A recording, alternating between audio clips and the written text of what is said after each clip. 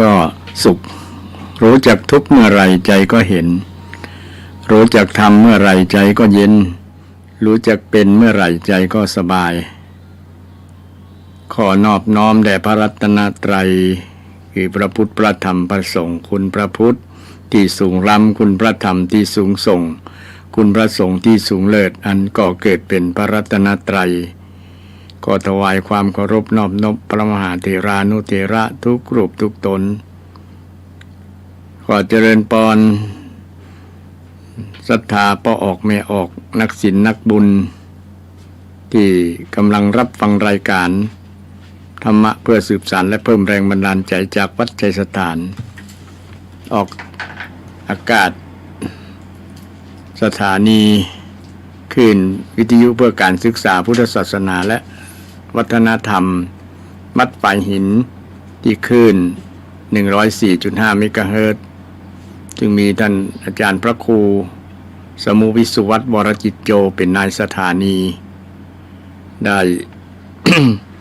คือความอำนวยความสะดวก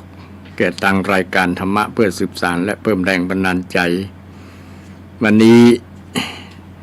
รายการนี้ก็ซึ่งมีท่านอาจารย์พระครูประภัสชัยคุณเจ้าคณะตำบลสันปุเลยเขต 2เจ้าวาดวัดชัยสถานพร้อมกับกระผมอาตมาภาพพระครูสิริอมราภิรัตน์วัดอมรรามสันอุ้มเชิงดอยสะเก็ดเป็นผู้ดำเนินรายการได้นำธรรมะมงคลมาฝาก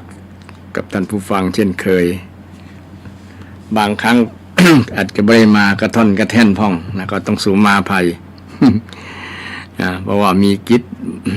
ตั้งงานลาดงานหลวงดีว่าเป็นกิจที่ต้องลา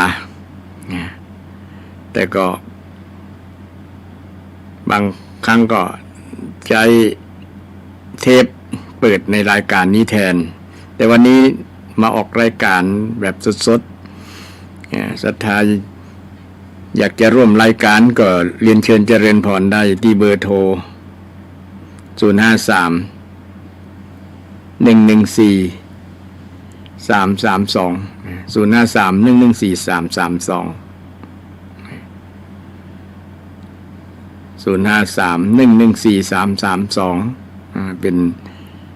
บอร์โทรศัพท์ทางรายการธรรมะเพื่อสืบสานและเพิ่มแรงบันดาลใจจากวัดชัยสถานใครมีข้อข้องใจมีข้อสงสัยหรือว่าอยากจะแสดงความปรารถนาดีนำธรรมะมามาเอ่ยบอกกับผ่านรายการนี้ก็มีความยินดีที่จะให้ความสนับสนุนกับผู้ที่จะมาร่วมรายการในรายการธรรมะเพื่อสืบสานและเพิ่มแรงบันดาลใจจากวัดชัยสถานวันนี้ก็วันที่30วันที่29สมมาไปวันพุธที่29ก็เป็นเกือบจะสิ้นเดือนแล้วนะก็เป็นวันศรัทธาพี่น้องคนจีนนะเป็นวันตรุษจีนที่จะได้ทำบุญทานให้กับคนที่ล่วงลับบรรพบุรุษทั้งหลายนะเป็นวันที่กตัญญูวันหนึ่งของพี่น้องชาวจีนที่อยู่ในเมืองไทยที่อยู่ในที่ไหนมุมโลกก็ดีนะได้ลึกนึกถึงก็เป็น คุณธรรมความดีของของลูกหลานที่พึงมีต่อบรรพบุรุษนะที่ทำบุญทำกุศลให้กับคนที่ล่วงลับไปแล้วซึ่งก็คล้ายกับทางคำสอนของทางพุทธศาสนานะซึ่งมี คำสอนว่าเมื่อท่านล่วงลับไปแล้วทำบุญอุทิศให้เนี่ยคือบรรพบุรุษทั้งหลายได้ล่วงลับไปแล้วเนี่ยคนที่ยังอยู่เป็นลูกเป็นหลานเป็นคนที่มีความผูกพันกันก็ทำบุญทำกุศลอย่างประเพณีทางชาวพุทธเฮาทางประเทศไทยเฮาก็ ทำบุญประจำเดือนประจำนั่นอยู่แล้วเกี่ยวกับเรื่องบุญกุศลโดยเฉพาะเป็นเรื่องของความกตัญญูกตเวทิตาธรรมที่น้อมนำให้เกิดคุณงามความดี แก่ลูกแก่หลานที่นึกถึงพ่อแม่ที่ได้เสียไปแล้ว นึกถึงบรรพบุรุษที่ได้ล้มหายตายจากไปก็ทำบุญทำกุศลไปซึ่งก็มีการทำบุญบ่อยๆโดยเฉพาะชาวล้านนาเวลาลูกหลานได้นึกถึงพ่อแม่ก็ทำบุญอุทิศในวาระที่ครบรอบการจากไปของพ่อของแม่เป็นต้นหรือแม้แต่บางคนทำบุญคล้ายวันเกิดของตัวเก่าก็นึกถึงพ่อนึกถึงแม่ที่เป็นผู้มีพระคุณในให้ลูกหลานได้เกิดก็ทำบุญให้กับพ่อกับแม่ในวันคล้ายวันเกิดของตัวเก่าก็นับว่าเป็นสิ่งที่ดีเป็นสิ่งที่แสดงบ่งบอกถึงคนนั้นลูกหลานคนนั้นมีจิตเป็นความกตัญญูรู้คุณทราบซึ้งในบุญคุณของพ่อของแม่ของบรรพบุรุษก็ทำไปหนึ่งในวันที่วันคล้ายวันเกิดของตัวเก่าก็มีหลายๆท่านหลายๆคนทำเป็นประจำแต่ที่จะนึกถึงตัวเก่าก็นึกถึงคนที่ให้กำเนิดเกิดมาคือพ่อแม่เป็นต้นก็นับว่าเป็นสิ่งที่ดีอนุโมทนาในน้ำใจของลูกหลานที่มีความระลึกนึกถึงผู้บรรพบุรุษทั้งหลายมีพ่อแม่เป็นต้นก็ถือว่าได้ยึดหลักคำพระธรรมคำสอนของพระสัมมาสัมพุทธเจ้าในหลักธรรมคำสอนทางพุทธศาสนาซึ่งพุทธศาสนานั้นก็เป็นศาสนาที่ประจำชาติของประจำชาติไทยของเฮาถือว่าเป็นศาสนาที่มีความดีหลายอย่างและก็เป็นสิ่งที่เฮาโชคดีที่ได้เกิดมาพบพุทธศาสนามีศาสนาที่มีความหมายหลากหลายเป็นหลากหลายเลยทีเดียวพุทธศาสนาเนี่ยเป็นศาสนาเป็นสัจธรรมสอนเรื่องความจริงเป็นศาสนาสอนเรื่องให้คนพ้นทุกข์เป็นศาสนาสอนให้คนทั้งหลายปล่อยวางเป็นศาสนาสอนให้คนได้รู้ความจริงของชีวิตที่เรียกว่าสัจธรรมความจริงของชีวิตเป็นศาสนาที่ ปลดเปลื้องความทุกข์ของคนหรือว่าปลดเปลื้องปัญหาที่คนมีกำลังประสบปัญหาอยู่ พุทธศาสนาเป็นศาสนาเป็นคำตอบเป็นคำตอบที่ทุกคนสามารถที่จะนำประโยชน์จากการนับถือไปดำเนินไปบริหารไปจัดการกับปัญหานั้นให้หลุดพ้นไปบางคนอาจจะแย้งว่าเมืองไทยเป็นเมืองพุทธแล้วเป็นไรถึงมีปัญหานักหลายก็ขอตอบว่าคนที่มีปัญหาแล้วบอกแก้ปัญหานั่นคือบอกสนใจในคำสอนว่าพระพุทธเจ้าสอนวิธีแก้ปัญหาจะได้แก้ทุกข์จะได้โดยเฉพาะ พระธรรมคำสอนของพระพุทธเจ้าเนี่ยมีโมดว่าไผมีปัญหายังก็นำหลักธรรมคำสอนของพระพุทธเจ้านั้นไปแก้ปัญหาได้แก้ปัญหาเช่นถึงวันเนี้ยปัญหาส่วนนักทั้งหลายก็มาจากปัญหาเรื่องเศรษฐกิจเรื่องปากเรื่องท้องหมดเนี่ยแล้วคำสอนพุทธศาสนาจะสอนจะแก้ได้จะได้อันนี้เป็นเรื่องจิ๊บจ้อยเลยถ้าคนเขารู้จักคำสอนแล้วนำหลักธรรมคำสอนไป ปฏิบัติตามนั้นน่ะปัญหาก็จะหมดไปโดยเฉพาะเรื่องเศรษฐกิจเรื่องเงินเรื่องทองพวกเนี้ยทีนี้จะใดถึงจะแก้ปัญหาได้ถึงวันนี้โดยเฉพาะคนไทยเนี่ยมีหนี้มีสินหนี้ครอบครัวเนี่ยหนี้ครอบครัวนักขึ้นเรื่อยๆจนจะล้นเพดานแล้ว รัฐบาลก็มีความนักใจอยู่เพราะว่าดูในข้อมูลของคนที่มีหนี้มีสินแล้วเนี่ยมันนักกว่าคนที่บ่มีหนี้ คนเอาเรื่องหนี้เนี่ยมีหนี้หลายอย่างเนาะหนี้หลายอย่างหนี้บุญคุณหนี้กรรมหนี้เวรหนี้สปะอย่างเป็นหนี้สินจะต้องชำระต้องชำระหนี้ชำระคือมันหมดคือมันเสี่ยงไป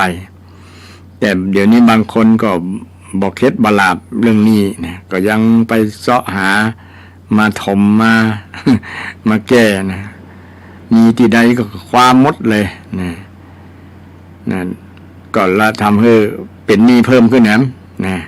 เมื่อเป็นหนี้เพิ่มขึ้นก็แสดงว่าชีวิตติดลบนะชีวิตติดลบในเรื่องค่าใช้จ่ายนะค่าใช้จ่ายเกินรายจ่ายเกินรายรับนะเกินรายได้เงินมาแต่อีกระจ่ายไปเกินเนี่ยคือว่าติดลบติดหนี้เป็นหนี้ละใจเงินอนาคตกันบางคนอนาคตถึงวันนี้ก็ เป็นปัญหาทั่วโลกแล้วล่ะแต่จะมีปัญหาสำหรับคนบ่มีปัญหาสำหรับคนที่ยึดหลักธรรมคำสอนจริงๆแล้วนะนำไปประพฤติปฏิบัติจริงๆยึดหลักคำสอนแต่บุคคลบ่ได้ยึดหลักคำสอนไปยึดหลักความอยากความต้องการของแต่ละคนเอาเป็นหลักเป็นใหญ่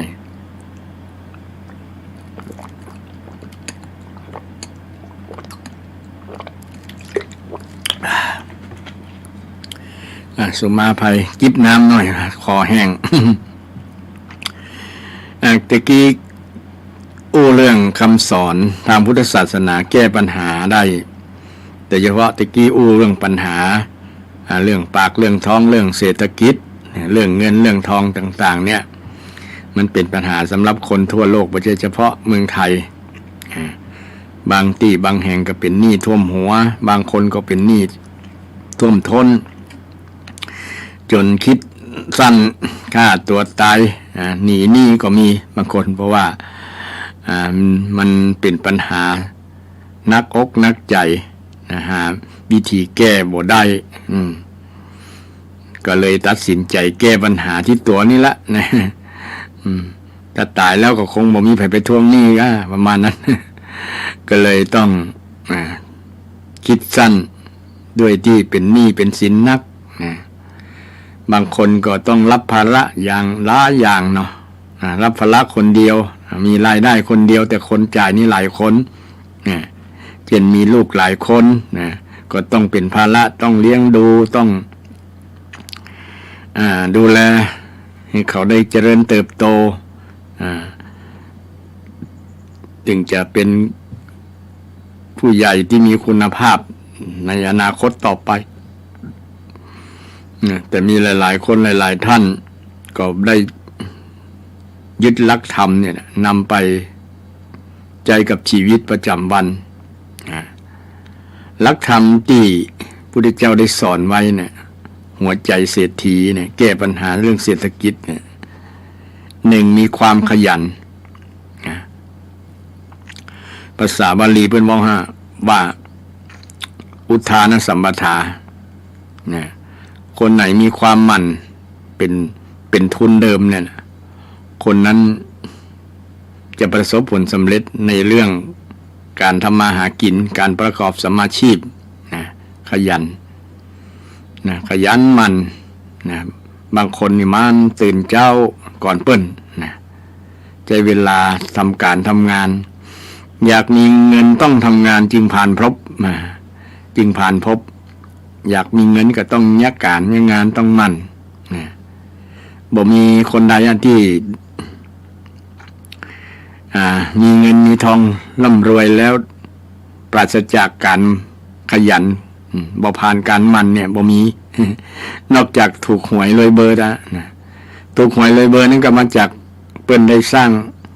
บุญสร้างกุศลในอดีตชาตินะเปิ้นถึงได้ถูกหวยรวยเบอร์ก็เป็นเรื่องความหมั่นทำดีนั่นแหละนะหมั่นทำดีทำกุศลถึงจะได้รับผลสิ่งที่น่าพึงพอใจฉะนั้นความหมั่นความขยันเป็นว่าอย่างขยันขี้เกียจแมลงวันขยันแมลงพึ่งนี่ค่ะพึ่งตัวพึ่งมันตัวปวกตัวนั้นเนี่ยมันเป็นสามารถแปลงลังแปลงหังได้ง่ายด้วยความมันอย่างมดมันนี่นะเพื่อนเอา คนดินคนอย่างเม็ดน้อยๆเนี่ยด้วยความมันนะด้วยความขยันของเขาเนี่ยสามารถแปลงหังแปลงอย่างใหญ่เจ้าบ้านคนได้นะเพราะว่ามาจากความมันนะความมันความขยันนำไปสู่ความสำเร็จได้นะมันด้วยใจที่มีความหุมนะใจที่หุมฮักงานถ้าบ่ฮักงานนะขี้ค้านเนี่ยมันก็จบกันจบเพเลยนะต้องมีใจฮักนะใจฮักใจหุมใจชอบนะอย่างหลายๆคนนี่ชอบทำงานนี้นะมีความสุขกับการทำงานวันไหนบ่ได้ทำงานนะวันนั้นมันหู้จะขาดอย่างมันม่วนๆนะการทำงานคือการปฏิบัติธรรมนะการทำงานคือการปฏิบัติธรรมเอาธรรมะมาใจก็คืออุทธานธรรมแล้วก็ฉันทะธรรมฉันทะวิริยะจิตตะวิมังสาเนี่ยฉันทะคือความหุ่มความชอบต้องชอบงานก่อนนะจึง ประสบผลสำเร็จในเบื้องต้นนะคนบ่มันบ่ขยันเนี่ยมันบ่มีการเริ่มต้นแล้วมันก็จะเอาที่ไหนมาเงินทองค่าใช้จ่ายต่างๆจะเอาที่ไหนนะก็ต้องมันเดี๋ยวนี้ต้องมันเป็นคูณ2มันคูณ2เพราะว่าค่าของชีพมันสูงนะรายจ่ายมันนักนะรายจ่ายมันนักก็ต้องมันหาเงินหางานเสริมนะงานเดิมอาจจะบ่พอใจบ่พอจ่ายนะก็ต้องทำงานหลากหลายเพื่อให้ได้รายรับให้ได้เงินได้ทองมาซึ่ง จะต้องใช้ความขยันเพิ่มครับเนี่ยเคยทำงาน8 ชั่วโมงก็เป็น12 ชั่วโมงเห็นไหมทำโอทีตัวเนี่ยเพื่อให้ได้รายรับมานะมาจุนเจือรายจ่ายนะในครอบครัวให้มันบอกให้ได้ติดหนี้ภัยที่มีหนี้ก็ต้องมีวิธีคิด คิดว่าเนี่ยจะได้ถึงจะใจหนี้หมดก่อนนะถ้าหมดหนี้แล้วนั่นเริ่มต้นความรวยเริ่มขึ้นแล้วถึงวันนี้คนมีหนี้บ่ถือว่าเป็นคนรวยนะบางคนมีบ้านมีรถแต่เป็นหนี้นะหนี้หลายปี30 ปีนะ20 ปี30 ปีเนี่ยผ่อนเป็นราชาเงินผ่อน ราชาเงินผ่อนราชินีเงินผ่อนนะผ่อนนะเป็นดาวนะเป็นมนุษย์5 ดาวนะดาวบ้านดาวรถดาวสภาพอย่างที่มันจิตใจมันต้องการอยากจะได้มาเป็นเจ้าของโดยบทนึกถึงความเป็นไปได้ความสามารถของตัวเก่าว่ามันจะทำได้ก่อทำได้ก่อแต่เดี๋ยวนี้ส่วนหนึ่งเพิ่นก็มีความคิดว่าถ้าบ่มีหนี้ก็บ่มีหน้าแล้วก็บ่มีพลังถ้าติดหนี้แล้วมันต้องมีพลังอย่างหนึ่งทำให้ต้องไปดิ้นรนขนขวายที่จะหาเงินมาใช้หนี้เปิ้นที่ติดหนี้เก็ กี่ยวกับเรื่องดาวอย่างต่างๆนั่นนะเพราะว่ามันบ่ปลอมใจพอใจนะเพราะว่าความอยากมันเป็นเหตุทำให้ต้องดิ้นรนฉะนั้นวิธีแก้เรื่องเงินเนี่ยเรื่องเงินเรื่องทองก็ต้องมีความหมั่นความขยันบางคนนี่ขยันทำมาหากินค้าขายเดี๋ยวนี้การค้าขายก็ลำบากเหมือนกันเพราะว่ามันต่างคนก็ต่างขายและคนมาซื้อนะก็มีจำนวนเท่าเก่าหรือลดลงเนี่ยมันก็เลยรายได้ที่เคยได้มันก็ลดลงไปตัวเพราะว่าคนที่ซื้อนะลูกค้าที่เป็นเคยมาสนับสนุนเคยมาซื้อมาอย่างเขาก็ไปเลือกร้านอื่นก็มีนะเพราะว่ามันเป็นการค้าเสรีนะเสรีจะค้าจะขายนะจะใครค้าใครทำอย่างประมาณนั้นนะเพราะว่าเมืองไทยเป็นเมืองเสรีอยู่แล้วนะแต่ก็มีเรื่องเก็บดีมานด์ซัพพลายเนาะความต้องการบางครั้งเราอยากหันเปิ้นรวยมันเหมือนกันแต่ว่าต้องมีความเข้าใจมีความฉลาดในการประกอบสมาชีพนะการค้าขายบางครั้งก็ไปบ่รอดก็มีเพราะว่าอย่างที่ว่ามันแข่งขันกันนักนะภัยค้าขายราคาถูกกว่าคนนั้นก็จะมีหรือว่าคุณภาพดีกว่าคนนั้นก็จะมีลูกค้ามาสนับสนุนนักนะค้าขายก็ไปด้วยดีนะแต่บางคนทุนก็มีน้อยนะจะไปแข่งขันกับทุนใหญ่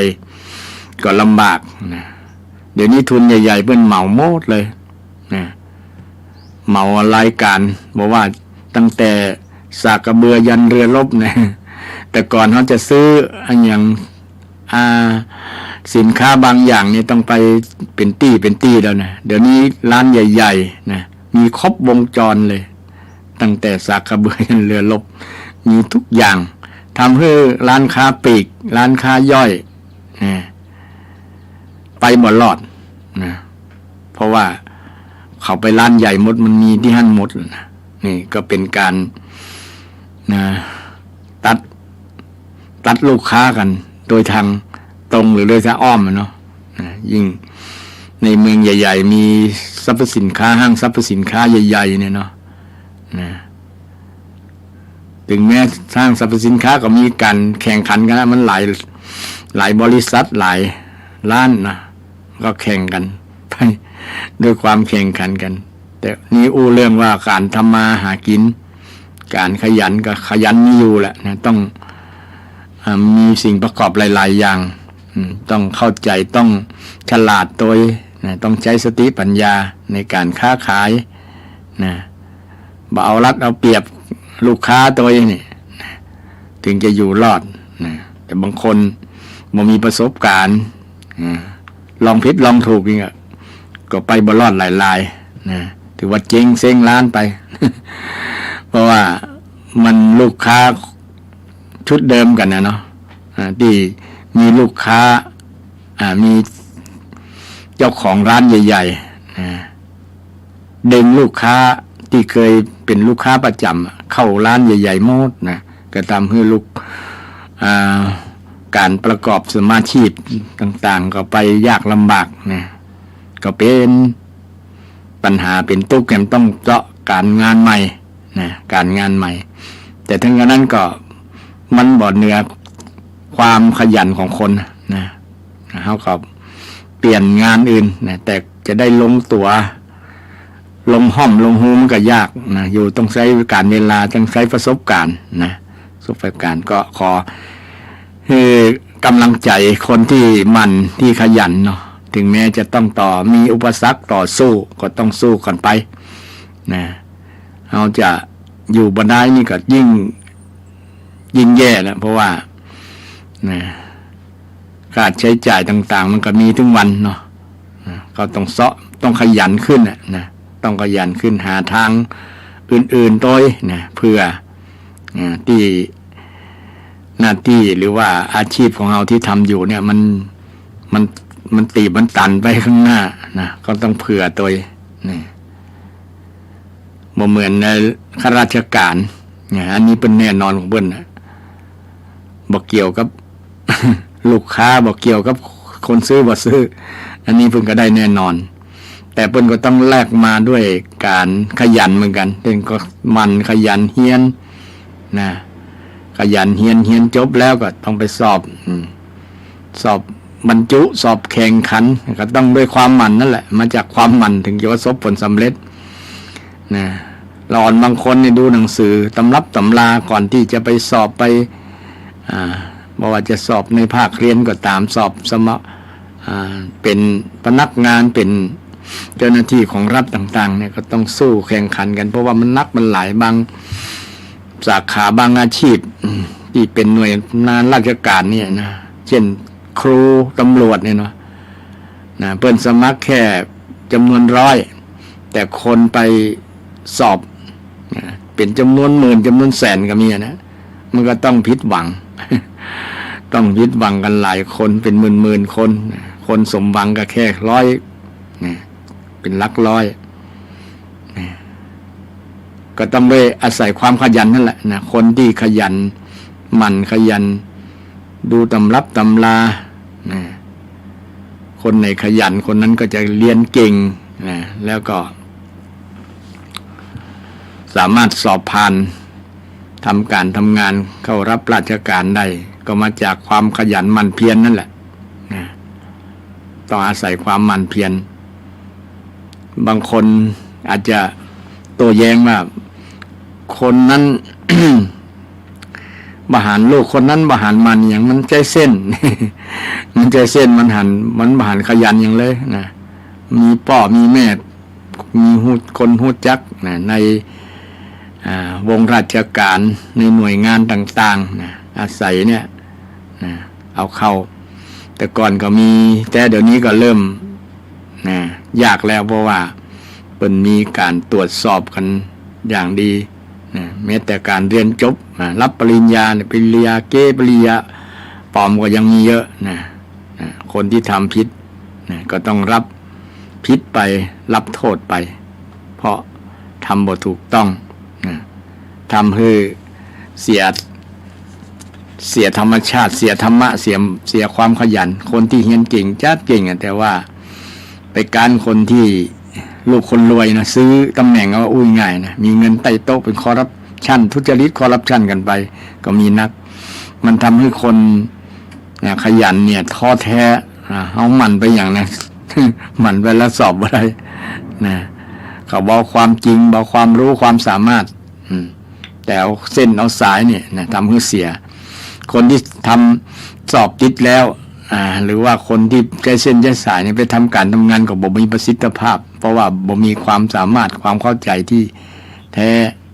อย่างคนที่มีความรู้ความสามารถที่ได้มาจากความขยันหมั่นเพียรเนี่ยนะก็เป็นสิ่งที่ทำลายธรรมะนะความดีงามต่างๆนะให้สูญเสียไปนี่ความขยันจึงเป็นเรื่องสำคัญไผขยันดูอะไรก็เห็นขยันทำอะไรก็เป็นถ้าไม่เล่นก็จะเป็นดีเป็นสิ่งที่ดีเพราะว่าความสำเร็จมาจากความขยันทำการทำงานคนแต่ก่อนตื่นนอนก่อนนอนก่อนตื่นนอนก่อนไก่ขันตื่นแล้วเข้าลงนาไปทำการทำงานอย่างเช่นปอกข้าแม่ก้าเป็นตื่นเจ้าเนาะตี 3 ตี 4หรือว่าเตี้ยงบ่ายโมงเพิ่นกับตื่นแล้วนะไปรับสินค้ามาค้ามาขายนะเพิ่นก็ทำให้มีฐานะมั่นคงร่ำรวยขึ้นด้วยความมั่นความขยันของคนที่ประกอบสมาชีพคนที่ประกอบมิจฉาชีพก็มันอาศัยความมันก็ได้เงินเช่นเดียวกันแต่มันอยู่บ่ถาวรจะถ้าผิดกฎหมายติดคอกติดตารางแหม เช่นไปค้ายาบ้ามันไปค้ายาบ้าก็มันไปทำสิ่งที่ผิดกฎหมายผิดศีลธรรมเนี่ยมันเป็นผลทำให้เกิดผลบดีต่อส่วนรวมผลบดีต่อเขาด้วยนะมันก็ได้ผลที่ว่าได้เงินอยู่เงินเนี่ยขยันบอกขยันกันนะขยันในทางที่ดีก็ได้ขยันในทางที่บดีก็ได้นะแต่ว่าเงินที่ได้มาละด้วยความขยันที่ดีเนี่ยมันจะรับประกันรักความปลอดภัยบ่มีไผจะมาฟ้องร้องมาทำให้มันเสียแต่คนที่ได้มาด้วยความทุจริตคอร์รัปชันยิ่งช่วงที่ผ่านมาเนี่ยเกี่ยวกับเรื่องทุนจีนสีเทาเนี่ยนะบางคนหน่วยงานราชการบางหน่วยเนี่ยมีความเกี่ยวข้องนะเพราะบางอย่างเนี่ยเพิ่นจะนำเงินมาฟอกอย่างประมาณนั้นนะทำให้เกิดปัญหาเกิดคดีต่างๆตัวมาบางคนก็เป็นคนไทยที่เป็นนอมินีของคนจีนเทานะเมื่อเขาตรวจสอบแล้วก็เดือดร้อนภายหลังก็มีเนี่ยเพราะว่าไปประกอบมิจฉาชีพที่เป็นลักษณะทุจริตคอร์รัปชันบ่ได้ทำด้วยความหมั่นที่เป็นถูกต้องตามกฎหมายก็เลยมีปัญหาฉะนั้นถึงบ่รวยเหมือนกับคนอื่นก็ตามแต่เราหมั่นแล้วด้วยหยาดเหงื่อแรงงานด้วยลำแข้งด้วยสมอง1 สมอง 2 มือของเราเนี่ยมันจะภาคภูมิใจสิ่งที่เราได้มาจะภาคภูมิใจโอ้เราทำด้วยหยาดเหงื่อแรงงานของเราคน ที่ใช้แรงงานใช้แรงงานถึงเงินค่าตอบแทนบ่นักบ่สูงแต่เขาก็ได้ภาคภูมิใจภาคภูมิใจที่ทำด้วยหยาดเหงื่อแรงงานด้วยลำแข้งของตัวเก่าเนี่ยมันภาคภูมิใจตรงกันข้ามกับคนที่ไปทุจริตคอร์รัปชันไปค้าขายในสิ่งที่มันผิดกฎหมายผิดศีลธรรมเนี่ยชีวิตก็จะทำให้มีแต่ตกต่ำไปนะอนาคตจะเข้าคอกเข้าตารางหมดอนาคตหมดหลายๆอย่างนี่แต่ถ้าใช้ความหมั่นในทางที่ถูกต้องหมั่นประกอบสมาชีพหมั่นทำคุณงามความดีมันดีหมดผลดีนะขอให้มันนะมันโดยเฉพาะมันขจัดอกุศลมันขจัดอกุศลที่อยู่ในใจนะมันขจัดอกุศลที่อยู่ในใจอกุศลแปลว่าคือบาปนั่นเองนะบาปมันอยู่ในใจขจัดออกไล่มันออกหรือว่ามันบ่ออกกับฆ่ามันเลยนะพุทธเจ้าสนับสนุนการฆ่ากิเลสฆ่ากิเลสการฆ่ากิเลสได้บุญต่างหากเช่นความโลภเอารัดเอาเปรียบของเปิ้นของคนอื่นเอารัดเอาเปรียบคนอื่นทุจริตคอร์รัปชันทั้งหลายเนี่ยถ้ามีในจิตใจของไผ่เนี่ยมันเป็นเหมือนไฟเผาตัวคนนั้นก่อนนะแล้วก็ไปเผาคนอื่นโดยไปเผาคนอื่นฉะนั้นเราต้องเผามันก่อน เผากิเลสนะที่เป็นเหตุทำให้เกิดปัญหาทำให้เป็นเหตุทำให้เกิดความทุกข์ทั้งหลายเพราะมาจากกิเลสนั่นเองแต่บางคนเข้าใจกิเลสว่าเป็นเพื่อนที่ดี เป็นเพื่อนที่ดีเพื่อสนองกิเลสสนองความอยากสนองความโลภทำให้เป็นปัญหาเป็นเหตุทำให้เกิดผลในหลายอย่างผลในทางที่บดีเกิดขึ้นนะพอมาจากไอ้ต้นเหตุนี่เองนะฉะนั้นถ้าความหมั่นเนี่ย หมั่นในทางที่ดีงามนะไม่นั้นหมั่นในกุศลนะมันก็จะเป็นเหตุทำให้เกิดความสุขกายสบายใจนะสุขกายสบายใจทำให้ชีวิตมีคุณค่ามีคุณภาพนะตรงกันข้ามถ้าคนที่บ่มี มีจิตใจนะที่มีจิตใจที่เป็น อกุศลอยู่ในจิตในใจเนี่ยบ่เอามันออกบ่ละมันนะบ่มันละมันก็จะนอนเนื่องอยู่ในจิตในใจนะกิเลสที่นอนเนื่องนะมันนอนสบายเลยก็อยู่ในจิตในใจของเฮาเนี่ยตลอดมันบอกไปไหนแล้วเพราะว่ามันมีคนคอยดูแลมันคอยเลี้ยงมันนะเลี้ยงกิเลส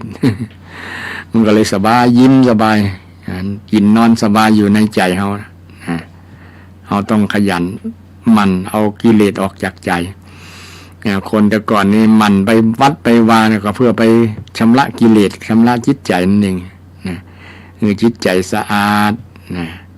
หรือบ่ได้ไปวัดไปวาก็มันกวาดกิเลสอยู่ที่บ้านก็ได้นะมันกวาดมันทำความสะอาดมันชำระนะจิตชำระใจให้จิตใจดีค่อยออกจากบ้านค่อยไปทำการทำงาน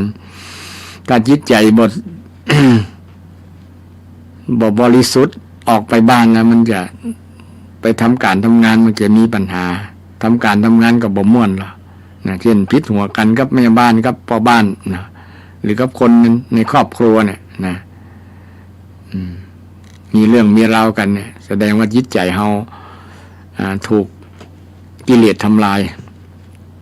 มันก็จะเป็นผลต่อการทำงานนะมันก็บ่มีเพราะว่าบ่มีอารมณ์ในการทำงานนะบรรยากาศในการทำงานผลที่จากการทำงานมันก็ออกมาแล้วก็เป็นผลเสียทำงานก็บ่เรียบร้อยนะบ่มีประสิทธิภาพในการทำงานก็ลองสังเกตตัวเฮาเองนะเฮามีอาชีพอย่างนะถ้าเฮาอารมณ์บ่จอยเนี่ยอารมณ์ที่บ่จอยนี่ก็คือเป็นจิตใจที่มีกิเลสมันทำร้ายจิตใจนะคือจิตใจมันเสียจิตใจคนนั้นเสียแล้วมันก็อยากทำงานจะประสบผลสำเร็จบางครั้งไประบายในงานกับคนร่วมงานตัวยิ่งแล้วใหญ่เลยนะเอาเรื่องส่วนตัวไประบายให้กับที่ส่วนรวมที่การที่งานที่ตัวเก่าไปทำงานมันก็เป็นเหตุทำให้เป็นผลนะเหตุทำให้เป็นผลคนต่อคนที่ร่วมงานร่วมการเพราะเราบ่ได้ชำระจิตใจชำระจิตใจชำระก็คือทำความสะอาดจิตใจนะการชำระการทำความสะอาดจิตใจเนี่ยคนแต่ก่อนเป็นว่าถ้ายังบ่ได้ตาลเนี่ยเป็นว่ายังบ่ได้รักษาศีลก็อย่าฟังออกจากบ้านเนี่ยเนาะยังบ่ได้ตาลก็อย่าฟังกินข้าวอย่างประมาณนั้นนะคนแต่ก่อนเมื่อวานนะมันจะ มันเป็นประเพณีที่ดี เป็นการบ่งบอกถึงความพร้อมจิตใจนะตำรวจตรวจจิตใจของคนเฮาว่าเฮามีความพร้อมที่จะไปทำการทำงานมีจิตใจที่สบายมีอารมณ์จอยหรือยัง สบายใจหรือยังถ้าบ่สบายใจมีความบ่ม่วนใจแล้วไปยักการยังงานก็จะเสียงานก็จะเสียฉะนั้นต้องชำระจิตใจก่อนถึงเราจะมีความมันก็ตามต้องมีจิตใจที่สะอาด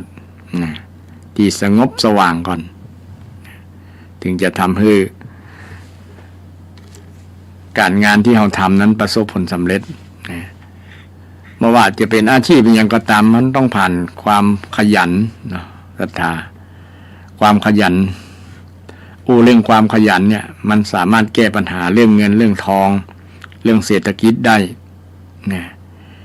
คนส่วนหนึ่งเนี่ยมันขี้ค้านมันบ่มันเลยสร้างปัญหาขี้ค้านดีแต่อยากกินดีๆอยากอยากนั่นมีแต่เรื่องใจเงินทั้งนั้นแต่บ่ไปทำงานหาเงินมามันก็เลยเป็นเหตุทำให้มีหนี้มีสินไปแปะไป ติดเงินเพิ่นก่อนเอามากินแล้วจ่ายเมื่อลุ้นเนี่ยนะคนที่เป็นเจ้าของร้านค้าร้านขายต่างๆเพิ่นก็เอื้อมละอาว่ามาแหมแล้วนะมาแปะแหมแล้วเป็นต้นนะเกิดมาจากบุคคลที่ขี้ค้านแล้วไปแปะเพิ่นนะมันบ่มีเงินนี่อย่างอยากมีเงินก็ต้องทำงานจึงผ่านพบอยากเรียนจบต้องขยันหมั่นศึกษาอยากมีรักก็ต้องหมั่นฝักใฝ่เรียนไปมานะต้องอาศัยความหมั่นกันทั้งนั้นถึงจะได้ประสบผลสำเร็จอยากมีเงินเพราะว่าเงินเป็นปัจจัยสำคัญในการดำเนินชีวิตทุกสิ่งทุกอย่างเกือบทุกสิ่งเกือบทุกอย่างไม่ใช่ว่าทุกสิ่งทุกอย่างนะเกือบทุกสิ่งต้องใช้เงินตื่นเช้ามาก็ต้องใช้เงินนะสัตดาสบู่ยาสีฟันที่เราชำระร่างกาย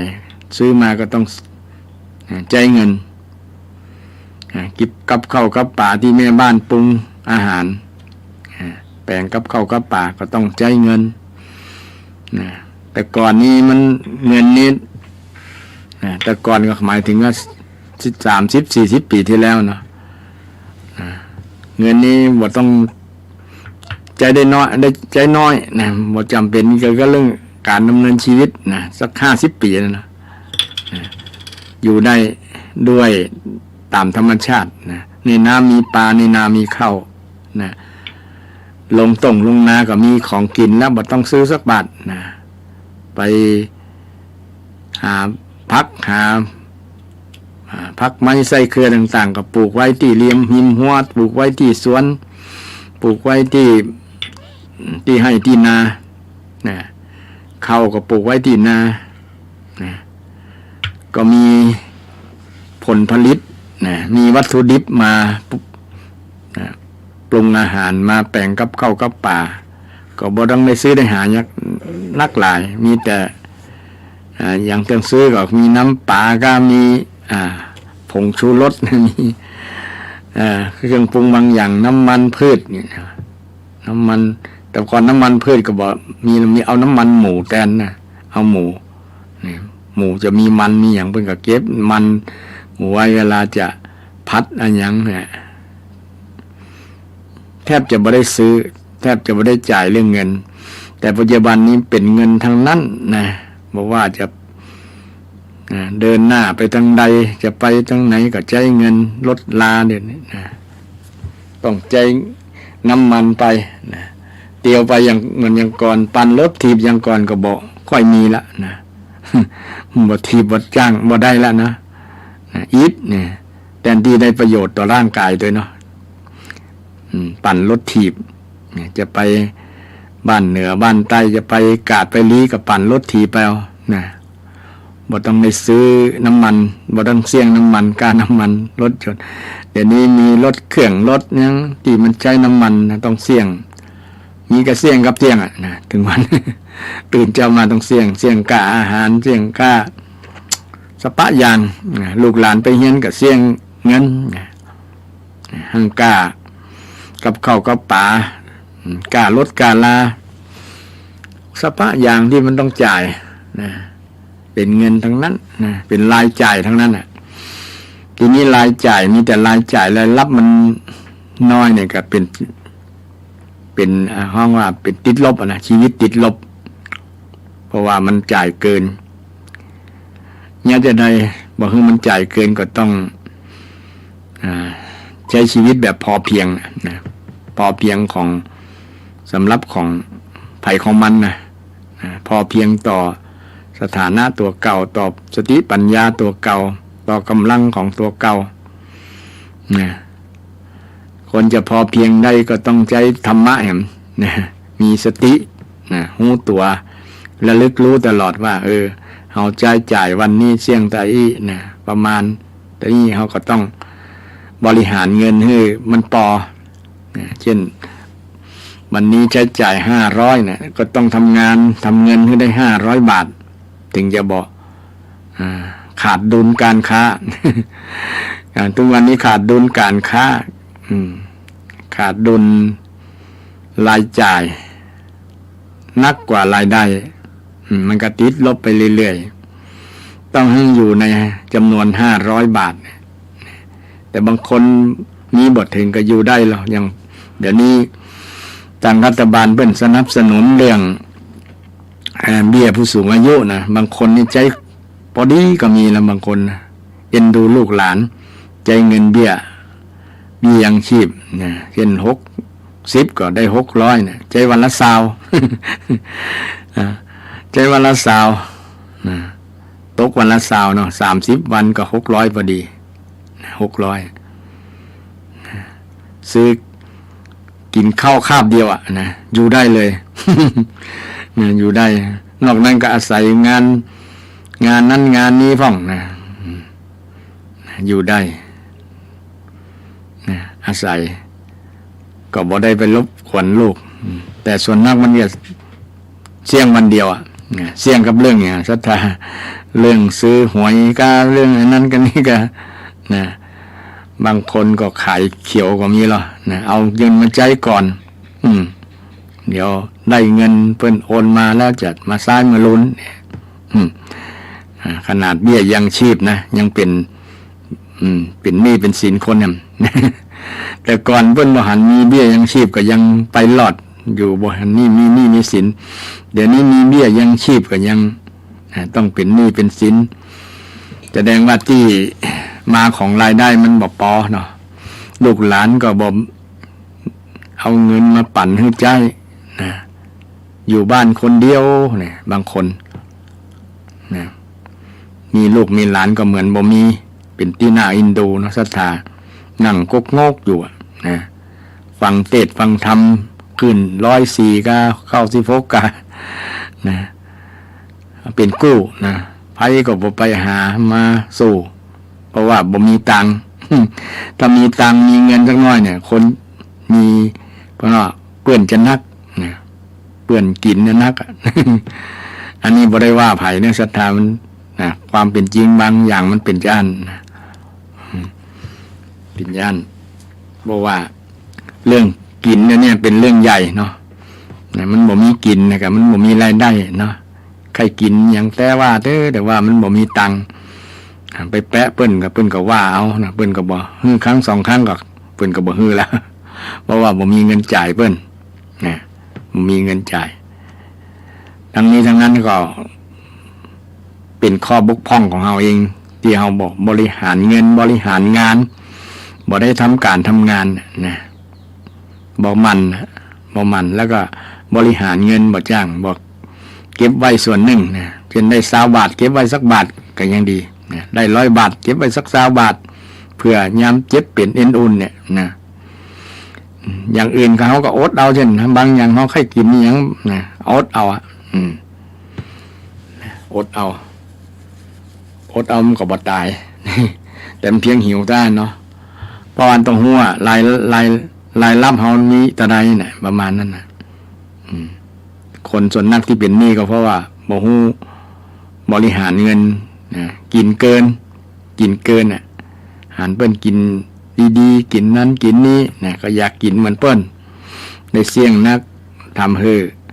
รายรับน้อยกว่ารายจ่ายนักกว่ารายได้นะมันก็ทำเป็นหาฉะนั้นข้อที่แก้เนี่ยก็คือต้องหมั่นทำแต่คนแก่คนเฒ่าหมั่นบ่ได้แล้วเนาะเพราะว่าบ่มีกำลังทำการทำงานแต่ก็มีงานบางอย่างให้กับผู้สูงอายุนะที่มีพอรายได้มี มีอาชีพที่ส่งเสริมสนับสนุนให้คนแก่คนเฒ่าได้ทำกันมีบางแห่งด้วยผู้นำชุมชนนะทางเทศบาลก็สนับสนุนให้คนแก่คนเฒ่ามีรายได้พอจุนเจือกับรายจ่ายที่บุคคลที่บ่มีลูกหลานมาดูแลมาคอยซัพพอร์ตเรื่องรายจ่ายนะถึงมีก็บ่สนใจพ่อแม่เนี่ยนะเป็นต้นคนที่ละทิ้งพ่อแม่เนี่ยถือว่าผิดกฎหมายเนาะบ่ดีเลี้ยงดูตอบนะเป็นคนเนรคุณตัวอันนี้ขอตามคำสอนพุทธเจ้านะคนที่บ่ดูแลพ่อแม่เนี่ยละพ่อแม่ไปบางคนพ่อแม่บ่มีทรัพย์สินเงินทองอย่างบ่มีเลิกสวนไร่นาก็บ่สนใจแต่บางคนนี่พ่อแม่มีทรัพย์สินสักน้อยเด้อนะก็มาลูกกันละเนี่ย แสดงว่าหวังผลประโยชน์กับพ่อกับแม่แต่บางคนพ่อแม่ก็บ่ค่อยสมบูรณ์หมายว่าความประพฤติปฏิบัติต่างๆมันมีข้อบกพร่องมีข้อบกพร่องทำให้ลูกบ่เลื่อมใสศรัทธาบ่เชื่อบ่นับถือบ่นับถือแต่ว่าก็ยังมีลูกบางคนที่ถึงแม้ว่าพ่อแม่จะเป็นอย่างนั้นก็แยกแยะได้ว่ามันเป็นนิสัยของท่านส่วนตัวแต่ในฐานะเขาเป็นลูกเนี่ยเขาก็ควรทำหน้าที่ของลูกเนี่ยหน้าที่ของลูกในทางพุทธศาสนาก็มี5ประการเนี่ย1เลี้ยงท่านตอบเนี่ยในหลักธรรมคำสอนก็มีอยู่ในพระไตรปิฎกนะสิกขาลสูตร ที่เป็นสูตรเกี่ยวกับเรื่องลูกพึงปฏิบัติต่อพ่อในทิศทั้ง6อย่างทิศเบื้องหน้าทิศเบื้องหน้าที่ลูกทั้งหลายจะพึงปฏิบัติต่อพ่อต่อแม่เป็นหน้าที่เป็นหน้าที่เลยหน้าที่ของลูกที่พึงปฏิบัติข้อที่1เลี้ยงท่านตอบการเลี้ยงท่านตอบนี้ก็นึกถึงว่าเราเคยเป็นหนี้บุญคุณพ่อแม่เลี้ยงมาหลายปีบ่จะเลี้ยงแค่ปี2ปีเลี้ยงจนเฮาจบปริญญานะบางคนจบปริญญาแล้วปริญญาโทปริญญายังบอกปนพ่อปนแม่ก็มีแต่เมื่อจบปริญญาไปแล้วก็บ่นึกถึงคุณท่านละคือท่านอยู่คนเดียวอยู่บ้านแถมซ้ำก็มีเวลามีลูกมีหลานก็เอามาท่านเลี้ยงก็มีโดยที่บอกค่าใช้จ่ายเลยก็มีพ่อแม่ก็ยืนดีแหละฮักลูกฮักหลานนักกว่าลูกก็มีหลายคนผูกพันเพราะว่าอยู่คนเดียวก็ง่อมมีหลานก็อบอุ่นดีมีความสุขได้หันหน้าหลานหน้าฮักหน้าจังก็มีความผูกพันเลี้ยงเหมือนลูกฮักกว่าลูกต่างหากแต่ลูกบางคนก็ละเลยถ้าพ่อแม่บ่มีทรัพย์สมบัติที่จะฮื้อเรื่องทรัพย์สมบัติเนี่ยต้องข้อที่4เนาะหน้าที่ของลูกหน้าที่ของลูกข้อที่2ก็คือเมื่ออันช่วยทำการงานช่วยท่านกิจการงานที่ท่านมีอย่างแบ่งเบาภาระหน้าที่คนแต่ก่อนให้ลูกให้หลานอยู่โดยเฉพาะเป็นแม่ยิงก็อยู่ในครัวฝึกคือเป็นแปลงกับข้าวกับป่าได้ใหญ่มามีครอบมีครัวก็ได้สบายแปลงกับข้าวกับป่าได้แต่เดี๋ยวนี้แปลงบ่จังเพราะว่าบ่ได้สอนให้ลูกหลานได้แปลงกับข้าวกับป่าอยู่ในโรงครัวคนแต่ก่อนฝึกนี่ละอ่อนได้เป็นโดยอุบายที่แยบยลลูกไปอยู่ในโรงครัวตัวเฮียนแต่ละอ่อนบางคนก็ชอบเราอยู่ในโรงครัวได้แปลงกับข้าวกับป่าอันนั้นเป็นวิธีที่เป็นหน้าที่ของลูกเลยแหละช่วยการช่วยงานครัวงานเฮือนงานในงานอย่างต่างๆที่พ่อแม่ทำงานประจำนั่นนะเช่นเป็นชาวไร่ชาวนาก็ช่วยพ่อแม่ไปยาการเนี้ยให้ยานาตัวจังวันที่ลูก หยุดเรียนสมัยอาตมาก็ช่วงหยุดเรียนก็ไปช่วยพ่อช่วยแม่ตีนาพุ่นไปไถนาช่วยไปปลูกนา ไปเก็บข้าวโพดไปเก็บมันสำปะหลังเนี่ยประสบการณ์ต่อมาก็มีในช่วงเป็นละอ่อนที่ช่วยการช่วยงานมาพอมาบวชแล้วมาศึกษาทำคำสอนพุทธเจ้าเพิ่นสอนให้ลูกให้หลานว่าช่วยการช่วยงานพ่อแม่ก็มีล้ออยู่ในหลักธรรมคำสอนเนี่ยช่วยคิดการงานเพื่อฝึกงานนั่นเองเป็นการฟอร์มงานที่จะมีครอบมีครัวเนาะเมื่อพ่อแม่ มีการมีงานลูกหลานก็ช่วยกันเป็นการฝึกแล้วก็เป็นประโยชน์นะเป็นประโยชน์กับลูกหลานนั่นเองนะและชื่อว่าได้ทำหน้าที่ของความเป็นลูกนะเลี้ยงท่านตอบแล้วก็ช่วยการช่วยงานนะก็ต่อมาก็คือดำรงวงศ์ตระกูลการดำรงวงศ์ตระกูลนี้ก็คือบ่ฮือทำตระกูลให้เสื่อมเสียนะบ่ทำให้ตระกูลเสื่อมเสียอุ้ยของอาตมานะสอนว่าไปอยู่ที่ไหนก็อย่าทำให้คนได้จำเกี่ยวกับเรื่องความประพฤติบดีของเอาเนอนะนึกถึงวงตระกูลนึกถึงพ่อถึงแม่นะถึงหน้าพ่อหน้าแม่ว่าเปิ้นจะเสียถ้าเราทำตัวบดีนี่ก็ยังจำตั้งแต่เปิ้นนั้นเปิ้นได้สอนกรอกหูตึง หลายปีทีเดียวละจนเขาจำนะเกี่ยวกับคำสั่งสอนของพ่อของแม่ของอุ้ยนะที่เป็นสอนแล้วคนแต่ก่อนก็สอนลูกสอนหลานในช่วงที่ใกล้จะนอนเนาะ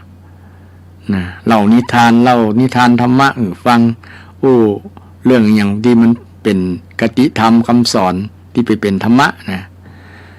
มาจากคำสอนทางพุทธศาสนานั่นแหละนะเอามามาจ่ามาปลูกฝังคุณความดีปลูกฝังธรรมะกับลูกกับหลานด้วยการเล่านิทานด้วยการเล่าเรื่องยกอุปมาประไมยต่างๆที่มันเป็นคติสอนจิตสอนใจอย่างดีนะซึ่งก็เป็นสิ่งที่ปลูกฝังโดยที่บ่ฮู้ตัวปลูกฝังคุณธรรมให้ลูกนะว่าให้ลูกดำรงตนอย่าให้เสียอย่าทำตระกูลให้เสียนี่การทำตระกูลให้เสียก็ชื่อว่าทำลายวงตระกูลทำลายวงตระกูลในตัวนั่นก็เป็นคำสอนทางพุทธศาสนาข้อต่อมาข้อที่ 4ที่ว่าเกี่ยวกับเรื่องมรดกเนี่ยทำตัวให้เหมาะสมที่จะรับทรัพย์มรดกเนี่ย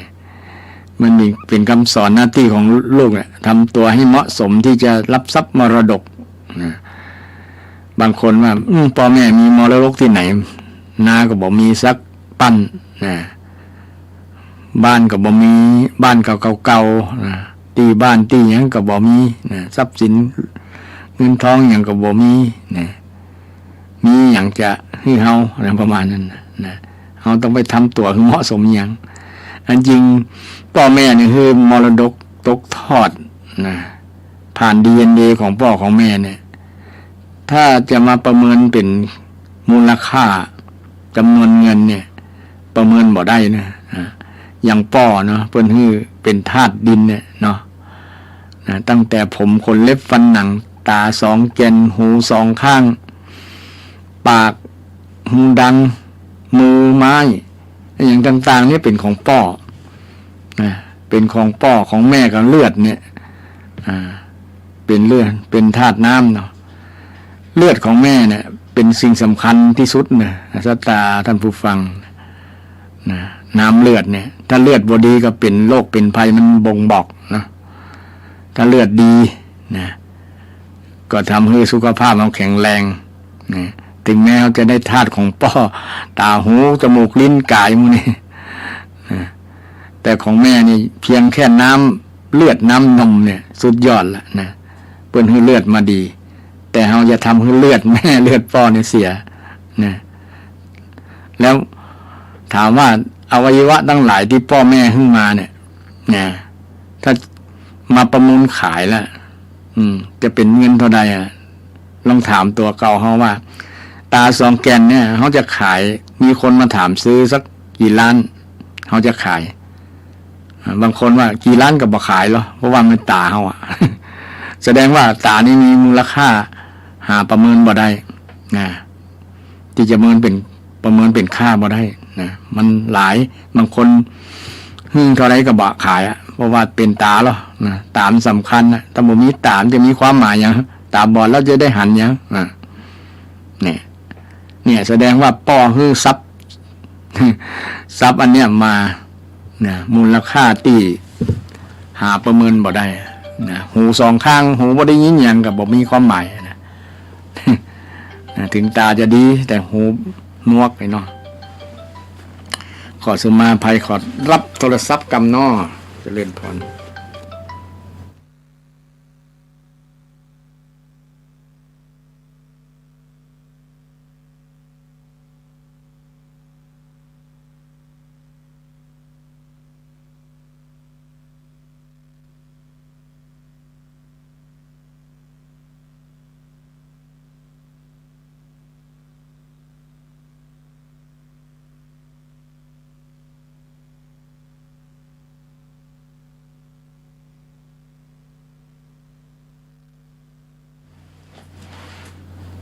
ขอสุมาภัยรับโทรศัพท์จากศรัทธาญาติโยมตะกี้เรื่องหน้าที่ของลูกที่ว่าทำตัวเหมาะสมจะรับทรัพย์มรดกเรื่องทรัพย์ที่พ่อแม่ให้มาก็คือร่างกายกับใจเขาเนี่ยให้มายังหามูลค่ามาเปรียบเทียบยากมาเปรียบเทียบบ่ได้เพราะมันมีคุณค่าไม่ใช่มูลค่านะมีคุณค่ามากสำหรับชีวิตเรานะแต่เดี๋ยวนี้คนไปให้ความสำคัญเรื่องมูลค่าเรื่องเงินเรื่องทองนักก็เลยบ่หันคุณพ่อคุณแม่นะคุณความดีคุณพ่อมี21คุณแม่มี12เนี่ยธาตุทั้ง4นี่แหละพ่อแม่ให้นะ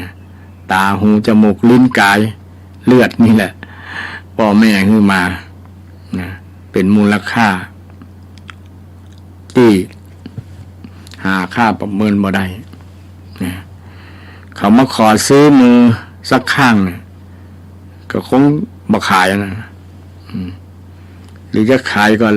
อาจจะขาย มีน้อยคนที่จะขายนะนอกจากจำเป็นแต่ที่จะบริจาคเพื่อคนฮักนะเนาะเช่นดวงตาแก่นตาเนี่ยนะถ้าพ่อแม่ตาบอดแล้วลูกอยากให้พ่อแม่ตาดีขึ้นเนี่ยบริจาคให้กับพ่อกับแม่นี่จะได้อยู่เนาะได้นะจะยอมอยู่แต่ถ้าเป็นมาซื้อขายเป็นจำนวนเงินเป็นมูลค่านี่ก็มีน้อยคนนะที่จะขาย ที่จะขายฉะนั้นควรภาคภูมิใจว่าเพิ่นฮื้อทรัพย์นะทรัพย์สมบัติโดยเฉพาะฮื้ออริยทรัพย์ในส่วนด้านสติปัญญานะด้านสติปัญญาด้านจิตใจเนี่ยเพิ่นฮื้อมาที่หาประมาณค่าไม่ได้นะโดยเฉพาะสติปัญญาที่ได้ DNA มาจากพ่อจากแม่เนี่ยนะด้านจิตใจพ่อแม่ฮื้อมาหาประเมินบ่ได้แล้วนี่ในส่วนนี้ลูกหลานก็คำนึงให้ดีเนาะเกี่ยวกับว่าคุณพ่อคุณแม่ว่าเรามีหน้าที่ว่าจะรับทำตัวให้เหมาะสมที่จะรับทรัพย์มรดกเราได้รับทรัพย์มรดกมาแล้วเนี่ยคือร่างกายกับจิตใจนี่ป้อมให้มาบอกเป็นคนพิการก็ถือว่าสุดยอดแล้วโชคดีแล้วมีบุญแล้วเป็นบุญแล้วถึงจะบ่รูปบ่หล่อบ่งามก็แล้วแต่มีอวัยวะครบบริบูรณ์มีตามีหูมีปากมีมือมีสมองครบก็ถือว่าโอเคแล้วนะตาโดยเฉพาะที่ว่าเรื่องปัญญาเนี่ยนะปัญญาสติปัญญาเนี่ยพ่อแม่ให้มาเนี่ยพ่อแม่ให้มาเป็นต้นทุนแล้วมาเสริมนะมาแสวงหาสติปัญญาทั้งภายนอกด้วยตัวเฮาเองเนี่ยนอกนั้นเปิ้นขึ้นมาเป็นต้นทุนแล้วเนี่ยเป็น DNA ของเปิ้นฉะนั้นลูกหลานควรภาคภูมิใจเฮาได้อริยทรัพย์ส่วนเนี้ยนะโดยเฉพาะสติปัญญาเนี่ยเป็นอริยทรัพย์ในทางพุทธศาสนาความรู้นะความรู้นี่คือประสิทธิปัญญาโดยเฉพาะความรู้ในด้านพุทธศาสนารู้ดีรู้ชอบรู้จักบาปจักบุญรู้คุณรู้โทษรู้จักประโยชน์บ่ใช่ประโยชน์รู้จักวิธีรู้จักเหตุจากผลรู้ว่าอันนี้ ทำให้เกิดปัญหารู้ว่าอันนี้เป็นปัญหารู้ว่านี้ทำให้เกิดปัญหารู้ว่าอันนี้สภาพนี้เป็นสภาพที่ดับปัญหาดับทุกข์รู้วิธีที่จะดับทุกข์ดับปัญหาเนี่ยความรู้แบบเนี้ยเป็นความรู้ดีในทางพุทธศาสนาเป็นสัมมาทิฏฐินะ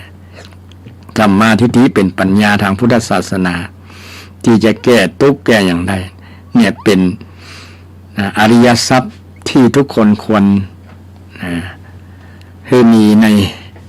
ชีวิตของเราโดยเฉพาะคนที่นับถือพุทธศาสนาใครมีสติปัญญาที่จะรู้วิธีที่จะแก้ทุกข์ได้นะคืออริยมรรคมีองค์8เนี่ยมาศึกษาให้เข้าใจแล้วก็นะมันไปเจริญคือทำให้มีทำให้เจริญทำให้เป็นมันภาวนาแปลว่าทำให้เป็นทำให้มีให้เป็นเนี่ยภาวนาเนี่ยศรัทธาบางคนก็อาจจะงงว่าภาวนาเนี่ยไม่ใช่นั่งรับตานั่งเจริญสมาธิลมหายใจเข้าออกอาปานะอันนั้นก็เม่นภาวนาเป็นการพัฒนาจิตใจภาวนาแปลว่าพัฒนาจิตใจนะพัฒนาจิตใจนะจิตตภาวนาเนี่ยคือทำให้จิตเจริญจิตมันเจริญเช่นจิตมีอกุศลทำให้จิตเป็นมีกุศลในใจเนี่ยจิตบ่มีเมตตาทำให้จิตมีเมตตาเนี่ยจิตบ่มีเมตตาทำให้จิตมีเมตตาเป็นการเจริญเมตตาภาวนาทำให้มีเมตตามีในใจนะเมตตามีในใจความปรารถนาดีมีในจิตใจของคนเราชื่อว่าภาวนานะภาวนาทำให้มีใจภายมีความสงบฟุ้งซ่านนะทำให้จิตสงบปราศจากนิวรณ์ชื่อว่าสมถภาวนาทำให้จิตสงบปราศจากนิวรณ์ปราศจากกิเลสนะปราศจากพยาบาทกามฉันทะพยาบาทอุทธัจจะกุกุจจะวิจิกิจฉามุนี่นิวรณ์ทั้งหลายทำให้สงบจากนิวรณ์5ประการชื่อว่าภาวนาภาวนาศรัทธานั่งฟังเทศน์นั่งฟังบรรยายอยู่ก็เป็นภาวนาอย่างหนึ่งเป็นปัญญาภาวนานะการพัฒนาทางปัญญาความรู้นะความรู้นะในหลักพุทธศาสนาสอนให้คนเราได้มีสติปัญญานะมีสติปัญญาอันนี้เรื่องอริยทรัพย์ที่พ่อแม่ให้มาคือสติปัญญาเนี่ยเป็นทรัพย์ที่ประเสริฐที่ควรลูกหลานคนภาคภูมิใจว่ามีพ่อมีแม่มอบอริยทรัพย์ให้นะแต่คนว่ามันบอกหันด้วยตา มันจับต้องมาได้นะมันจับต้องมาได้บ่เหมือนทรัพย์ภายนอกนะทรัพย์ที่หันด้วยตาด้วยแกนตานะเลือกส่วนไร่นาบ้านรถยนต์นี่บางคนไปเน้นในเรื่องนั้นเนาะพ่อแม่บางคนยังบ่ทันได้ปั่นทรัพย์สมบัติตายละก่อนมาลู่สมบัติกัน นะแทนที่จะไปลู่สมบัติเรื่องอริยทรัพย์พุ่นนะเรื่องสติปัญญานึกถึงคำสอนที่ดีๆของพ่อของแม่นึกถึงคำสอนที่พ่อแม่ได้สอนไว้เนี่ยเป็นอริยทรัพย์ที่กินบ่เสี่ยงโจรขโมยก็รักบ่ได้นะเพราะเป็นทรัพย์ที่ยิ่งใจยิ่งมียิ่งดียิ่งเจริญนะยิ่งใช้ยิ่งมียิ่งดียิ่งเจริญนะใจทรัพย์เนี่ยบ่เสี่ยงแต่ทรัพย์สินเงินทองนี่เป็นสตางค์เนี่ยเสี่ยงนะไปกาดไปลีคำเดียวก็เสี่ยงแล้วนะแต่ก่อนคนไปกาดไปลีมีสตางค์100 บาทยังปิกบ้านได้เดี๋ยวนี้ไปมีสตางค์100เนี่ยปิกบ้านบ่ได้นะมันมีค่ารถปิกนะมันเสี่ยงนะเข้าในกาดในลีคำเดียวนะเสี่ยงนะ500เนี่ยคำเดียวนะสังเกตในบ้านนะอาตมาก็ไม่ได้ไปจ่ายกาดแบบนั้นแต่ว่าสังเกตดูก็รู้ละเนาะว่าเงินมันเสี่ยงง่ายเดี๋ยวบางครั้งบาง วันก็มีต่างวัดประกาศประชาสัมพันธ์เสี่ยงละเสี่ยงกับการทำบุญ อันนั้นเสี่ยงง่ายแต่สติปัญญาเนี่ยบทเสี่ยงนะศรัทธาอริยทรัพย์เนี่ยยิ่งใจยิ่งนักนะยิ่งแบ่งกันยิ่งดี ความรู้ความสามารถนะโดยเฉพาะรู้วิธีที่จะพ้นจากทุกข์เนี่ยเป็นคำสอนเป็นความรู้เป็นอริยทรัพย์ที่พระพุทธเจ้าได้ตรัสรู้แล้วก็มาบอกคนเฮามาบอกคนเฮาอันนี้เรื่องทรัพย์ที่ลูกหลานควรรับจากพ่อจากแม่เป็นหน้าที่นะทำตัวให้เหมาะสมแต่จะเหมาะสมที่เขาได้ทรัพย์จากพ่อจากแม่มานะจากเป็น DNA ของท่านเขาก็ควรภาคภูมิใจนึกถึงบุญคุณท่านให้เลือดให้เนื้อเฮามานะให้กายให้ใจเขาเฮามาเขาก็ควร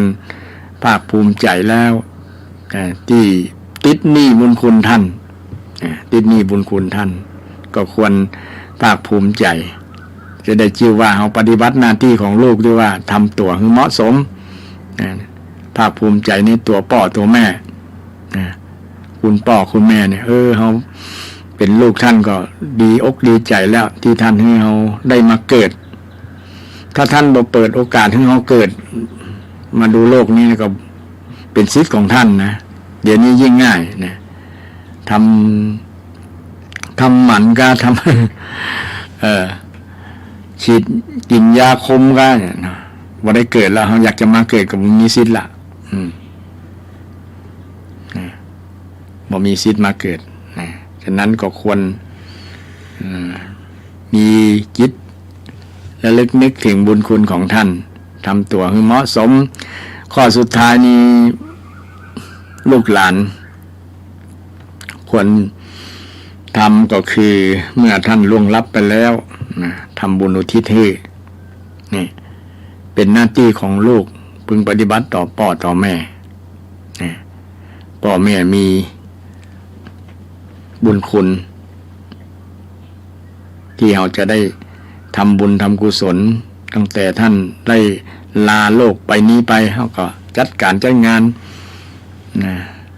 บำเพ็ญกุศลให้กับท่านแล้วก็ในวาระที่ครบรอบระลึกนึกถึงในประเพณีนั่นเขาก็ได้ทำบุญอุทิศส่วนบุญส่วนกุศลให้ท่านเนี่ยอันนี้เป็นคำสอนทางพุทธศาสนาที่ชาวพุทธทั้งหลายนะก่อนจะเน้นหนักในเรื่องเนี้ยนี่หนักเลยเวลามีพ่อมีแม่มีไผพ้นเป็นที่ฮักบรรพบุรุษทั้งหลายได้ล้มหายตายจากไปก็จะทำบุญประกอบกองบุญกองกุศลจัดการงานศพของท่านอย่างดีในส่วนนี้หน้าที่ส่วนเนี้ยชัดเจนมากนะโดยเฉพาะชาวล้านนาของเรานะชัดเจนเกี่ยวตาลประสาทตาลเต้นตาลนั้นตาลนี้คือกระป๋อกับแม่นะจริงอันที่จริงควรที่จะตาลในช่วงที่ท่านมีชีวิตอยู่จะได้อานิสงส์มากกว่าเนี่ยแต่ท่านตายไปแล้วเนี่ยอานิสงส์ก็จะเกิดกับ เกิดกับบุคคลอื่นส่วนนักนะเกิดกับส่วนรวมเนาะกับวัดกับว่าเช่นซื้ออย่างมาเป็นของที่ระลึกเนี่ยใช้สาธารณประโยชน์เป็นต้นนะแต่เขาก็ทำเผื่อแล้วล่ะลูกก็ทำเผื่อไว้เนาะเผื่อว่าพ่อแม่ไปจุติเป็นเปรตวิสัยที่จะพึงอาศัยบุญของบรรดาลูกหลานที่จะอุทิศให้เนี่ยเพราะว่าเปรตวิสัยนี้อยู่ได้ด้วยผลบุญมีผลบุญเป็นอาหารบุญอินบุญตาลของลูกหลานนี่แหละจะได้เป็นที่เปิ้งของพ่อของแม่หลังจากละโลกไปแล้วถ้าเปิ้นไปจุติเป็นในภพภูมินี่นะภพภูมิของเปรตแต่ส่วนนักส่วนหลายนะพ่อแม่ที่ดำรงตนอยู่ในหลักธรรมคำสอนนี้จะบ่ได้มาส่วนนี้แต่ว่าทำเผื่อบ่ได้นะทำเผื่อบางครั้งเนี่ยเราบ่สามารถที่จะรู้ได้ว่าคนนั้นไปจุติตายแล้วไปเกิดที่ไหนง่ายเนาะตายแล้วไปเกิดที่ไหน ลูกหลานก็ทำเผื่อไว้นะทำเผื่อไว้นะถ้าบุญนั้นบทเพลงกับมันปิ๊กมาหาคนที่ทำลูกหลานนะก็เป็นผลดีกับลูกหลานนั่นเองนะที่ทำบุญอุทิศให้กับคนที่ล่วงลับไปแล้วบรรพบุรุษทั้งหลายนะอันนี้เรื่อง วิธีที่จะแก้ปัญหาเรื่องเศรษฐกิจโยงมาถึงเรื่องหน้าที่ของลูกหลานนะหน้าที่ของลูกหลานลูกหลานก็ต้องทำมีความขยันตอบแทนพ่อแม่เนาะนะถึงจะช่วยแก้ปัญหาเรื่องเศรษฐกิจได้นะพ่อแม่บางคนนะต้องลงทุนขายบ้านขายตีนาขายตีสวนขายรถขายลาแต่ก่อนเพิ่นขายควายขายนะขายงัวขายควายแล้วส่งลูกเรียน นะส่งลูกเรียนจนหมดควายหลายตัว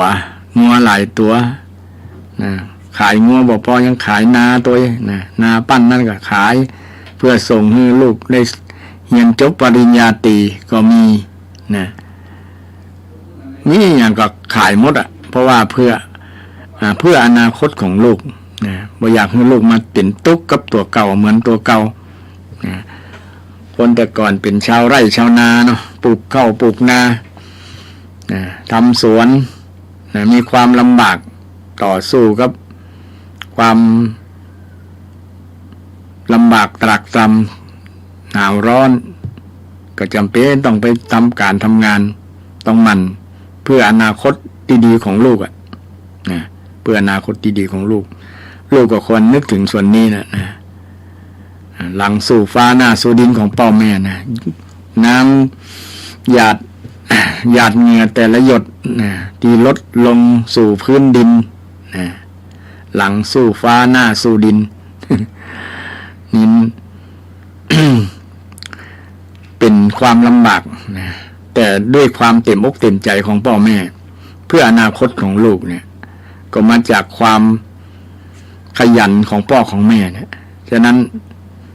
ลูกก็มีส่วนที่จะช่วยแบ่งเบาภาระเนี่ยนะด้วยความหมั่นเช่นเดียวกันมันเรียนมันศึกษาแล้วก็หลังจากจบปริญญาแล้วมีงานทำกับมันทำการทำงานเพื่อจะมาทดแทนนะเกี่ยวกับค่าทุนทรัพย์ที่จ่ายไปนะเดี๋ยวนี้ถ้า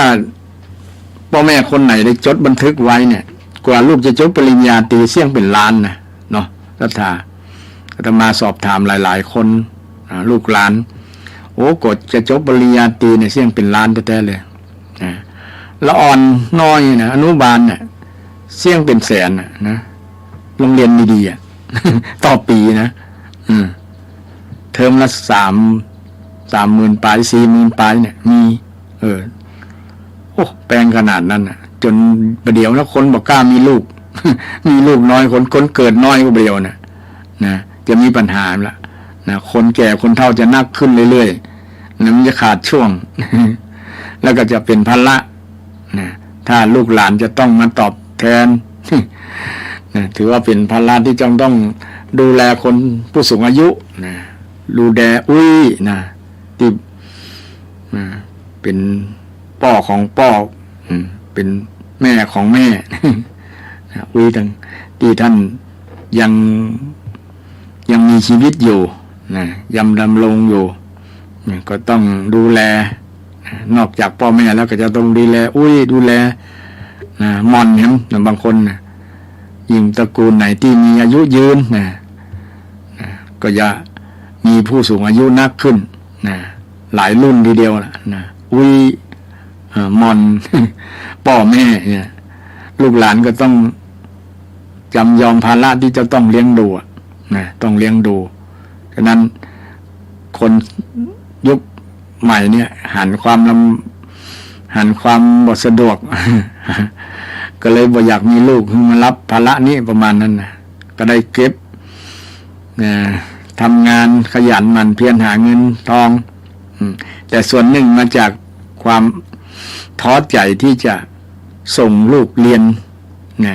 ใช้ค่าเทอมลูกเนี่ยเป็นล้านเนี่ยขายนาเป็นปั้นเสี่ยงบ้านเป็นหลังก็ยอมนะแต่บางคนมีจบปริญญาเสร็จแล้วก็หางานตาเตบาเว บ่มีงานทำก็เยอะนะเป็นแสนๆคนเนี่ยคนตกงานมันบ่เปิงกับเรียนมาเป็นเสี่ยงเป็นล้านล่ะนะบางคนจบแค่ม.6 แค่ม.3 ประสบผลสำเร็จก็มีการนี้ด้วยความขยันเนี่ยขอให้ขยันมันทำงานอย่างก็เอานะที่เราทำได้นะคือมีงานทำไว้ก่อนนะทำไว้ก่อนค่อยขยับขยายเมื่อลุ้นนะก็ให้กำลังใจลูกหลานที่กำลังทำการทำงานด้วยความเหน็ดเหนื่อยบางคนก็ทำหามรุ่งหามค่ำทำอย่างเนาะต้องเหน็ดเหนื่อยเพื่อที่จะนำเงินมาใส่มือให้พ่อให้แม่เนี่ยบางคนเป็นภาพที่น่าฮักที่หันลูกหลานแล้วทำการทำงานเงินทุกบาททุกสตางค์เอามาให้พ่อให้แม่ใจเก็บไว้เนี่ยตัวเก่าเวลาจำเป็นจะใจกับมาขอพ่อขอแม่เนี่ยมีครอบครัวบางคนเป็นญาตินะในส่วนนี้เป็นสิ่งที่น่าอนุโมทนากับลูกหลานเนี่ยที่ลึกนึกถึงความลำบากของพ่อของแม่นะหันพ่อแม่ลำบากแล้วคิดไว้ในใจว่าจบปริญญาเมื่อใดนะมีงานทำเงินทุกบาททุกสตางค์ก็จะให้พ่อให้แม่ใจ เก็บไว้เนี่ยตัวเก่ากำมิดกำเมียที่จะบ่ใจสักบาทนะเรื่องของใจที่มันฟุ่มเฟือยกับบ่จำเป็นกับบ่นั่นเพราะว่าเอ็นดูพ่อแม่เนี่ยที่ท่านแก่ท่านเฒ่าที่ท่านลำบากต่อสู้เพื่อตัวเก่ามาเนี่ยเราอ่านแบบนี้นึกถึงแล้วน่าฮักนะน่าชมเชยน่าอนุโมทนาเนี่ยก็มีเริ่มจำนวนมีเพิ่มขึ้นเรื่อยๆล่ะ เป็นสถิติที่ลูกหลานเริ่มนึกถึงเริ่มมีบุญคุณต่อพ่อต่อแม่เนี่ยแต่บางคนตรงกันข้ามเนาะนะบ่หันหัวพ่อแม่เลยบ่หันความสำคัญบ่หันคุณบ่ฮู้คุณนี่ละคุณเนี่ยเป็นว่านะในส่วนนี้ก็ขอ เป็นสิ่งที่ควรประณามว่าลูกว่าหลานบ่นึกถึงจิตใจของพ่อแม่พ่อแม่ที่มีความทุกข์เนี่ยแต่งงานกันแล้วบ่มีลูกก็ถือว่าทุกข์แล้วนะอยากให้ได้มีลูกเป็นผู้สืบต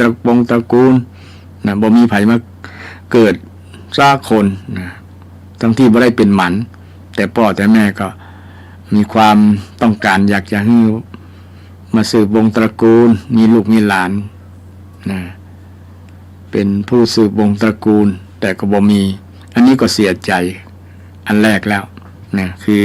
แต่งงานแล้วบ่มีลูกนะพ่อแม่ก็เสียอกเสียใจนะแต่งงานแล้วลูกตายนะบางคนนี่แทนที่พ่อแม่จะฝากผีฝากไข่ฝากลูกไว้ปิดตาเมื่อยามตายเมื่อสิ้นใจเนี่ย เมื่อสิ้นใจหวังยามมีกิจหวังเจ้าเฝ้ารับใช้ยามเจ็บไข้หวังเจ้าเฝ้ารักษายามเมื่อถึงข่าวรับดับชีวาหวังลูกยาปิดตาเมื่อสิ้นใจนี่คือจะตายตาลับนั่นเองนะความหวังของพ่อของแม่แต่ลูกมาตาย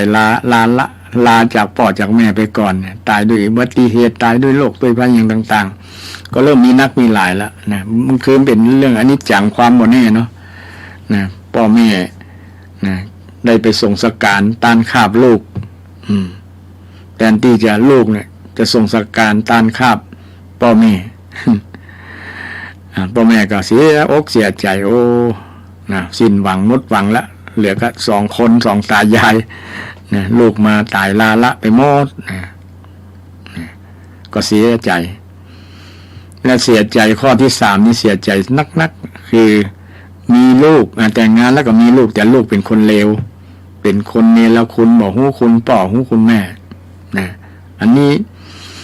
เป็นความเสียอกเสียใจเป็นความผิดหวังของพ่อของแม่อันที่จริงพ่อแม่ก็บ่ได้ทวงบุญคุณแหละแต่ว่ามันเป็นหน้าที่ของลูกพึงปฏิบัติแต่ลูกบางคนวงเล็บว่าบางคน ลูกบางคนนะลูกบางคนบ่หันคุณนะบ่หันความดีของพ่อของแม่ละให้พ่อให้แม่ อยู่สองตายายบ่มาดูแลบ่มาปฏิบัติปัดปูนะปล่อยให้สองท่านอยู่ตามลำพังอยู่ตามยถากรรมทั้งที่ท่านได้ลงทุนกับลูกนะทุ่มเททุกอย่างตายก็ยังตายแทนได้นะ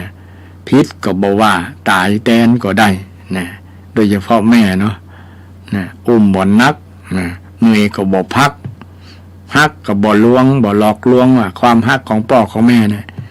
ฮักยิ่งกว่านะชีวิตตัวเก่านะฮักยิ่งกว่าชีวิตตัวเก่านะฮักก็บ่ลวงห่วงบ่เลิก ห่วงในที่นี้ห่วงบ่เลิกนะห่วงไม่ใช่ห่วงลูกห่วงเรื่องการเป็นอยู่ห่วงเรื่องสุขภาพลูกเริ่มตั้งแต่ลูกเกิดมาแล้วจะเป็นห่วงลิ้นยุงไม่ให้ไตไล่ไม่ให้ตอมมันเป็นน้ำใจของพ่อของแม่นะ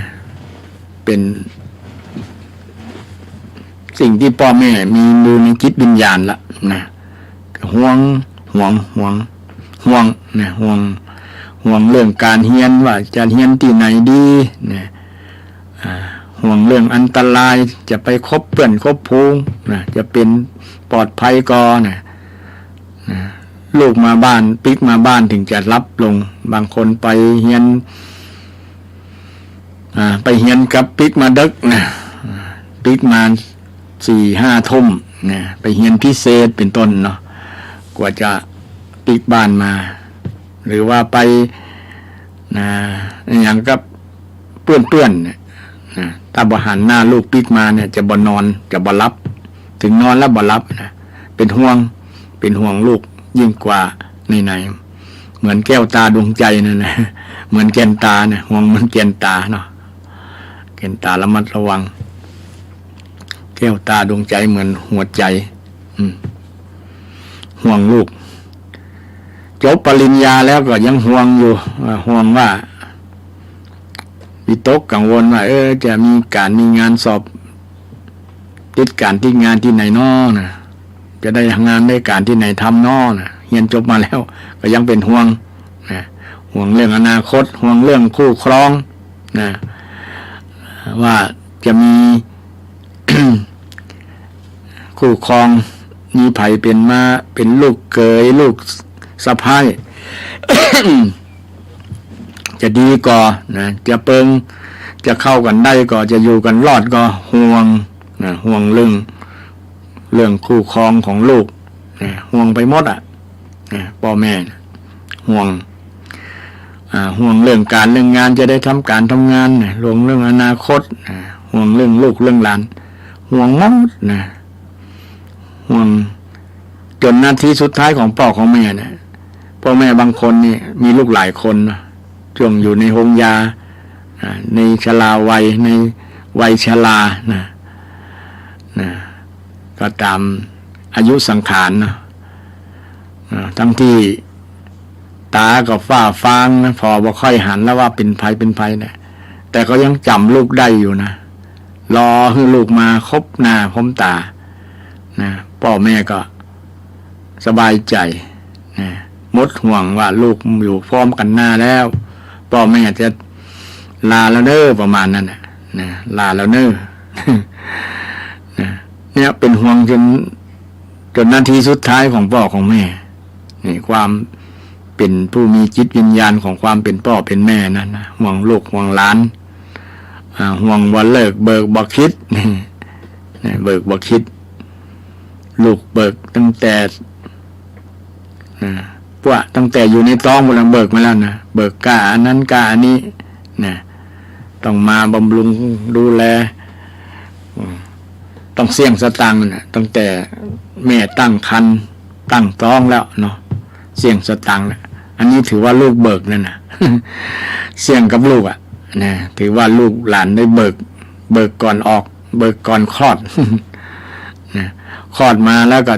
บางครั้งก็ไปฝากคลอดที่โรงยานั่นโรงยาเสี่ยงอยู่ละนะมีกระเสี่ยงกับเสี่ยง นะถ้าจด บันทึกไว้นะรายจ่ายเกี่ยวกับเรื่องลูกเนี่ยโอ้หลายล้านละนะถ้าคิดเป็นสตางค์หลายล้านลูกหลานยิ่งปัจจุบันเนี่ยอย่างเป็นเงินเป็นทองหมดเนาะเป็นเงินเป็นทองหมดต้องเสี่ยงหมดถึงจะมีระบบพยาบาล30 บาทรักษาทุกโรคก็ต้องเสี่ยงอยู่เดีย30 บาทครั้งละ30 บาทนะยิ่งไปโรงยาที่เอกชนเสี่ยงนักนะเสี่ยงเป็นหมื่นๆนะหลายหมื่นเป็นแสนก็มีบางครั้งนะลูกคลอดออกมาแล้วนะบ่สบายนะก็ต้องไปโรงยามันมีบางคนนะถึงร่างกายจะสมบูรณ์แต่ว่าชอบเจ็บเป็นเอ็นอุ่นชอบอดเจ็บอดแอดอย่างประมาณนั้นเข้าห้องยาเจือแล้วมาก็มีประสบการณ์ที่หันหลานตัวเก่านั่นนะอย่างว่าเข้าห้องยาเจือนะ3 วันดี4 วันเป็นนั่นละนะไปห้องยามละนะไปถึงเดือนนะมี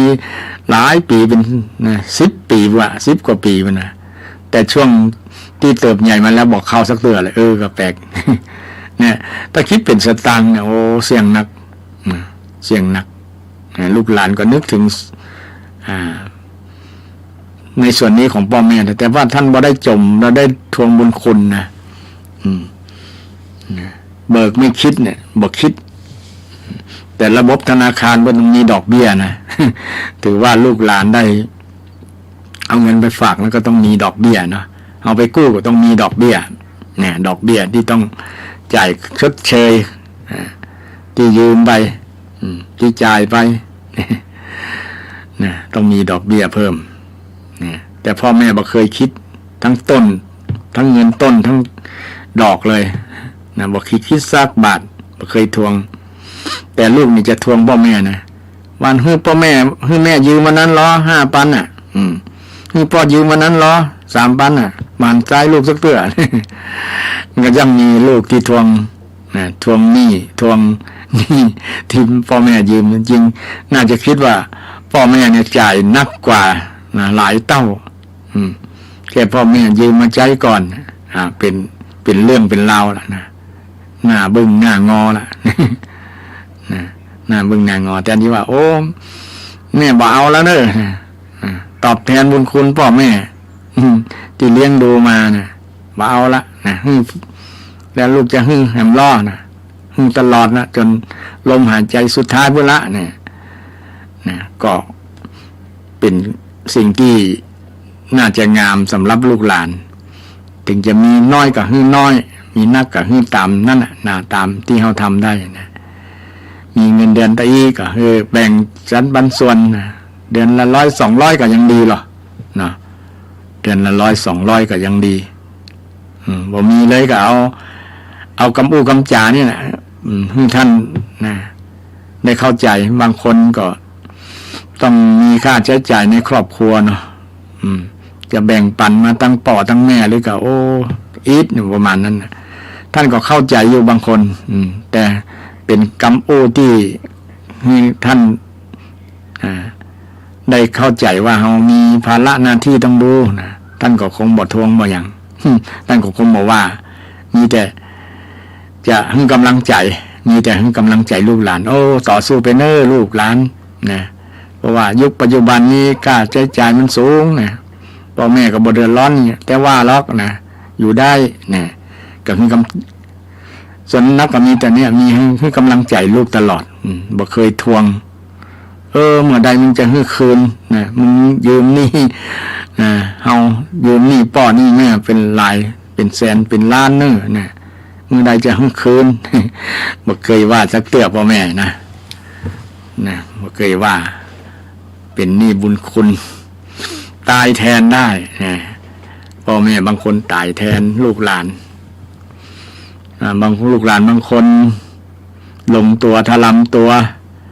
ประพฤติผิดศีลธรรมผิดกฎหมายจะต้องติดคอกติดตารางเนี่ยพ่อแม่ยังเสนอตัวติดคอกติดตารางแทนลูกได้นะแทนลูกได้ว่าอย่างลูกคนลูกสัตว์ต่างๆเนี่ยเช่น ไก่เนี่ยนะมันหันเหยี่ยวจะมากินลูกมันแทนที่มันตัวน้อยกว่ามันกำลังมันบดเท่ากับเหยี่ยวนะเหยี่ยวนี่มันมีพลังในการยุบการฉีกโดยเฉพาะเล็บกรงเล็บมันนะคมนะมันสามารถเอาสัตว์ที่ตัวใหญ่ๆกว่าขึ้นบินขึ้น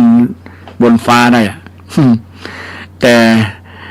ความเป็นแม่เนี่ยหัวใจของแม่เนี่ยแม่ไก่เนี่ยบอกกลัวความดุดันของเหยี่ยวนะความแข็งแกร่งของเหยี่ยวสู้จนใจขาดเนี่ยสู้จนใจขาดนี่เป็นสิ่งที่บ่งบอกถึงน้ำใจของแม่ขออนุญาตรับโทรศัพท์เด้อ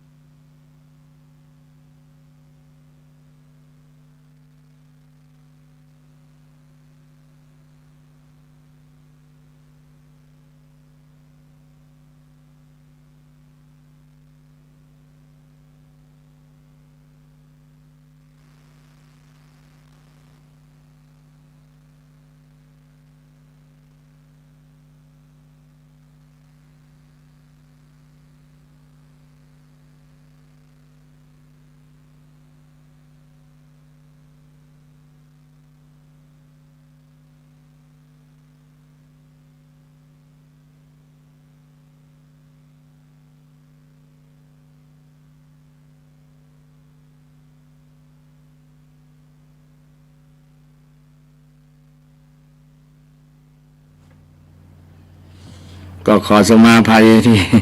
รับสายศรัทธาญาติโยมเป็นตุหลวงก็เป็นคนของประชาชนของคนของศรัทธาเป็นตุของศรัทธาเป็นพระของศรัทธาปรึกษาหารือเกี่ยวกับเรื่องนั้นเรื่องนี้เนาะมีความทุกข์มีปัญหากันก็ช่วยช่วยจ๋าให้ผ่อนนักเป็นเบาผ่อนตุ๊บคือมาเป็นในทางที่ควรเป็นโดยอาศัยหลักธรรมคำสอนอาตมาเวลามีไผ่มาเขายึดหลักคำสอนพุทธเจ้านี่แหละนึกถึงธรรมคำสอนเพื่อนสอนเพราะว่าเพื่อนเพราะว่าอันธรรมะคำสอนเนี่ยสามารถแก้ปัญหาได้เพราะว่าอาตมาก็ใจกับตัวเก่าแล้วก็ได้เกิดประโยชน์กับตัวเก่าได้สบาย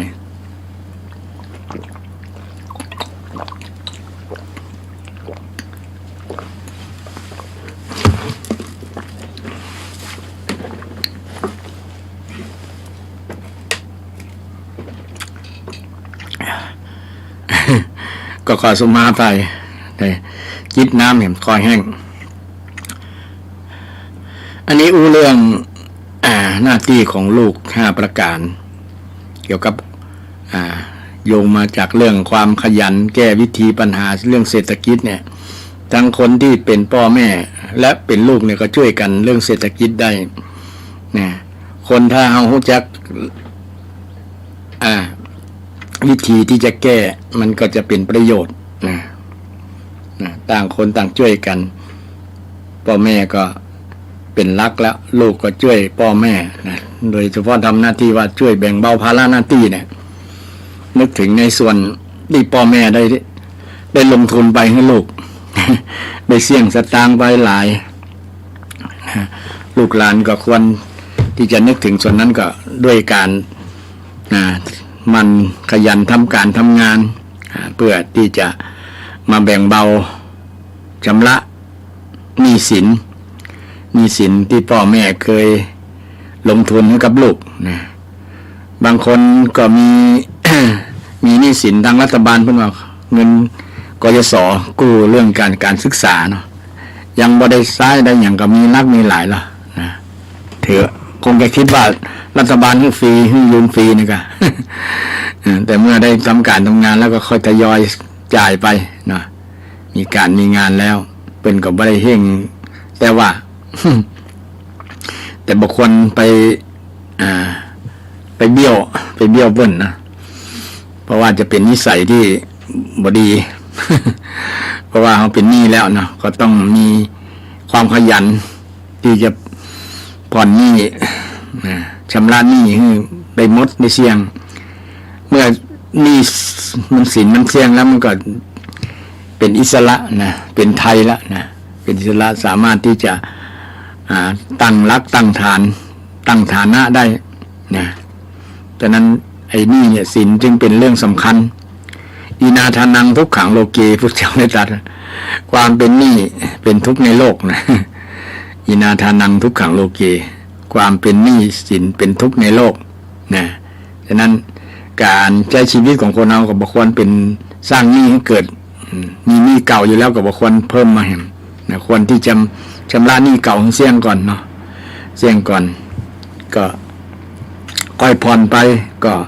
ประนีประนอมระหว่างเจ้าหนี้กับลูกหนี้กันไป เจ้าหนี้ก็บ่ควรที่จะมาเห่งแต่ว่าจะเอาแบบเป็นแบบตายกันเนาะก็ให้โอกาสกันบางคนก็กว่าจะหาการหางานทำกว่าจะมีเงินมีทองมาใช้ก็ต้องใช้อาศัยเวลาก็ต้องหันอกหันใจลูกหนี้นะบางคนไปบีบคั้นบางคนไป ที่จะทำให้คนนั้นเสียกำลังจิตกำลังใจหรือว่าเสียอารมณ์ไปนะบางครั้งเจ้าหนี้ก็อาจจะทำอย่างสิ่งที่บ่พึงคาดคิดได้นะ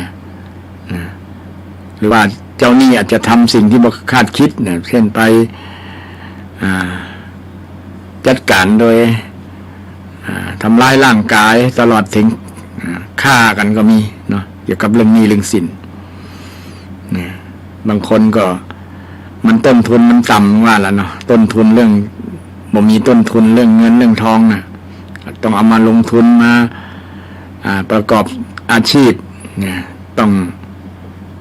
มีทุนก่อนเนี่ยมีทุนที่จะลงทุนเพื่อจะทำการทำงานแต่บางครั้งลงทุนไปแล้วก็ไปบ่รอดก็มีหลายเนี่ยก็ต้องอดทนเอาไปกู้หนี้ยืมสินมาครับเนี่ยเพื่อลงทุนอย่างอื่นต่อไปนะก็ต้องสู้ต้องขยันมันเพิ่มเติมนะขยันแล้วต้องรักษาสิ่งที่บริหารเงินนะข้อที่สองบริหารเงินให้เป็นนะอุอากาสะหัวใจสิทธินะอุคือความขยันอาก็คือบริหารเงินให้เป็นนะจัดสรรปันส่วนว่าเรามีหนี้ว่าเรามีสิ่งที่ต้องใช้จ่ายนะในต่อวันอย่างมีต่อใดนะที่นอกจากหนี้ที่มีแล้วนะรายจ่ายค่าครองชีพประจำเนี่ย จ่ายวันละต่อใดนะถ้ามีรายจ่ายวันละ300นะยกตัวอย่างวันละ300ต้องให้มันพอกับ300นะถ้ามีรายได้400ก็ถึงว่ามันมีได้ดุลการค้าละนะ100 บาทได้กำไร100 บาทละในส่วน100 บาทนี่ก็ควรเอาไปใจหนี้สัก50 บาทเห็น50 บาทนี่ก็ต้องเก็บไว้ยามจำเป็นนะเก็บไว้ยามเป็นนี่การบริหารเงินที่ได้มาถ้ามีรายได้500เนี่ยจ่ายไป300ก็เหลือ200อย่างเป็นต้นนะแต่ส่วนนั้นมันบ่เป็นย่านมันจะ บ่พอเลยนะมาหักลบกบหนี้แล้วมันบ่พอนะค่าใช้จ่ายค่าของชีพประจำวันนะยิ่งครอบครัวใหญ่ๆนะวันละ500นี่แบบบ่พอนะเพราะว่าอาหารคาบละตาลตอนนี้นะมันบ่พอนะหลายชีวิตหลายปากอยู่ด้วยกันแต่ว่าคนทำงานเนี่ยมีคนเดียวเป็นต้นนี่อิดพอสมควรแหละเนาะแต่5 คนนี้ถ้าได้ทำการทำงานกันหมดเนี่ยอยู่รอดแน่นอนเพราะว่าสมมุติว่า5 คนได้คนละ300ต่อวันนะ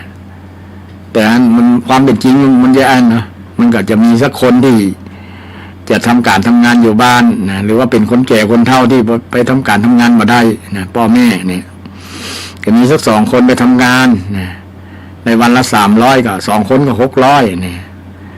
2 คนก็600นะก็ต้องบริหาร600นี้ให้ได้การบริหารเงินให้ได้เนี่ยเรียกว่าอารักขสัมปทานี่มันบอกพุทธเตือนมันพอจ่าย จ่ายพอดีกับได้มาจ่ายพอดีกับได้มาได้600ก็บอกให้มันเกิน600นะถือว่าสมดุลละงบประมาณสมดุลเกี่ยวกับงบประมาณที่ทางภาครัฐเพิ่นจัดงบประมาณแต่ละปีมันก็ขาดดุลสลวดขาดดุลขาดดุลเป็นหนี้หลายแสนล้านทีเดียวล่ะหลายแสนล้านเป็นล้านบางครั้งเป็นปีเป็นเกือบเป็นล้านงบประมาณต่อได้3 จุดล้านล้านก็ยังบ่พอที่แจกไปตามกระทรวงต่างๆกระทรวงละหลายแสนล้านแบ่งกันไปก็ยังบ่พอเพราะว่าโดยเฉพาะเรื่องอาตมาก็บอกเข้าใจเช่นเดียวกันเรื่องพวกนี้นะว่าเงินแต่ละปีบางอย่างเช่นเรื่องถนนหนทางพวกนี้นะมันก็ได้แปลงมาแล้วนะแต่งบประมาณยังเพิ่มขึ้นเรื่อยๆเนี่ยมันก็แปลกเหมือนกันนะ แสดงว่ามันต้องอย่างไรมันแบบมีข้อมูลน่าจะมีข้อมูลนะว่าแต่ละปีเนี่ยรายจ่ายในแต่ละกระทรวงเนี่ยเสี่ยงตัวใดไปทางใดพ่องเนี่ยให้ประชาชนได้หัวบางครั้งมีงบรับงบอย่างกับบุ้งบางกระทรวงรับแล้วมันรับเพื่ออย่างเนี่ยบอกเข้าใจเหมือนกันนะต้องปิดบังต้องอย่างมันส่อเจตนาว่ามันบ่โปร่งใสนะบ่โปร่งใสจะงบยิบเอางบส่วนนี้ไปใจทางใดนะประมาณนั้นนะมีเรื่องงบประมาณเกี่ยวกับงบประมาณขาดดุลของ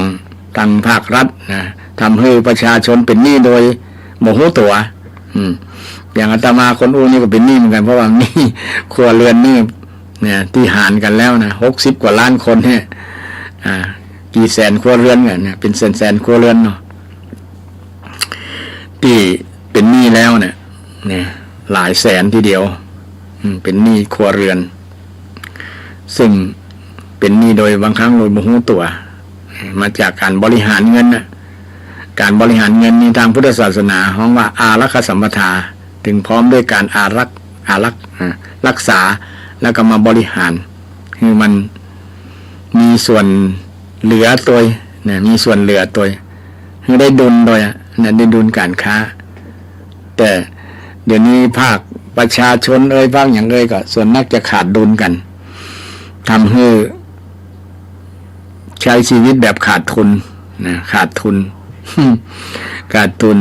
รายจ่ายเกินรายได้นี่จบเลย มันยากที่จะฟื้นยากที่จะฟื้นแต่ก็บ่เหลือวิสัยต่อคนที่มีความขยันและ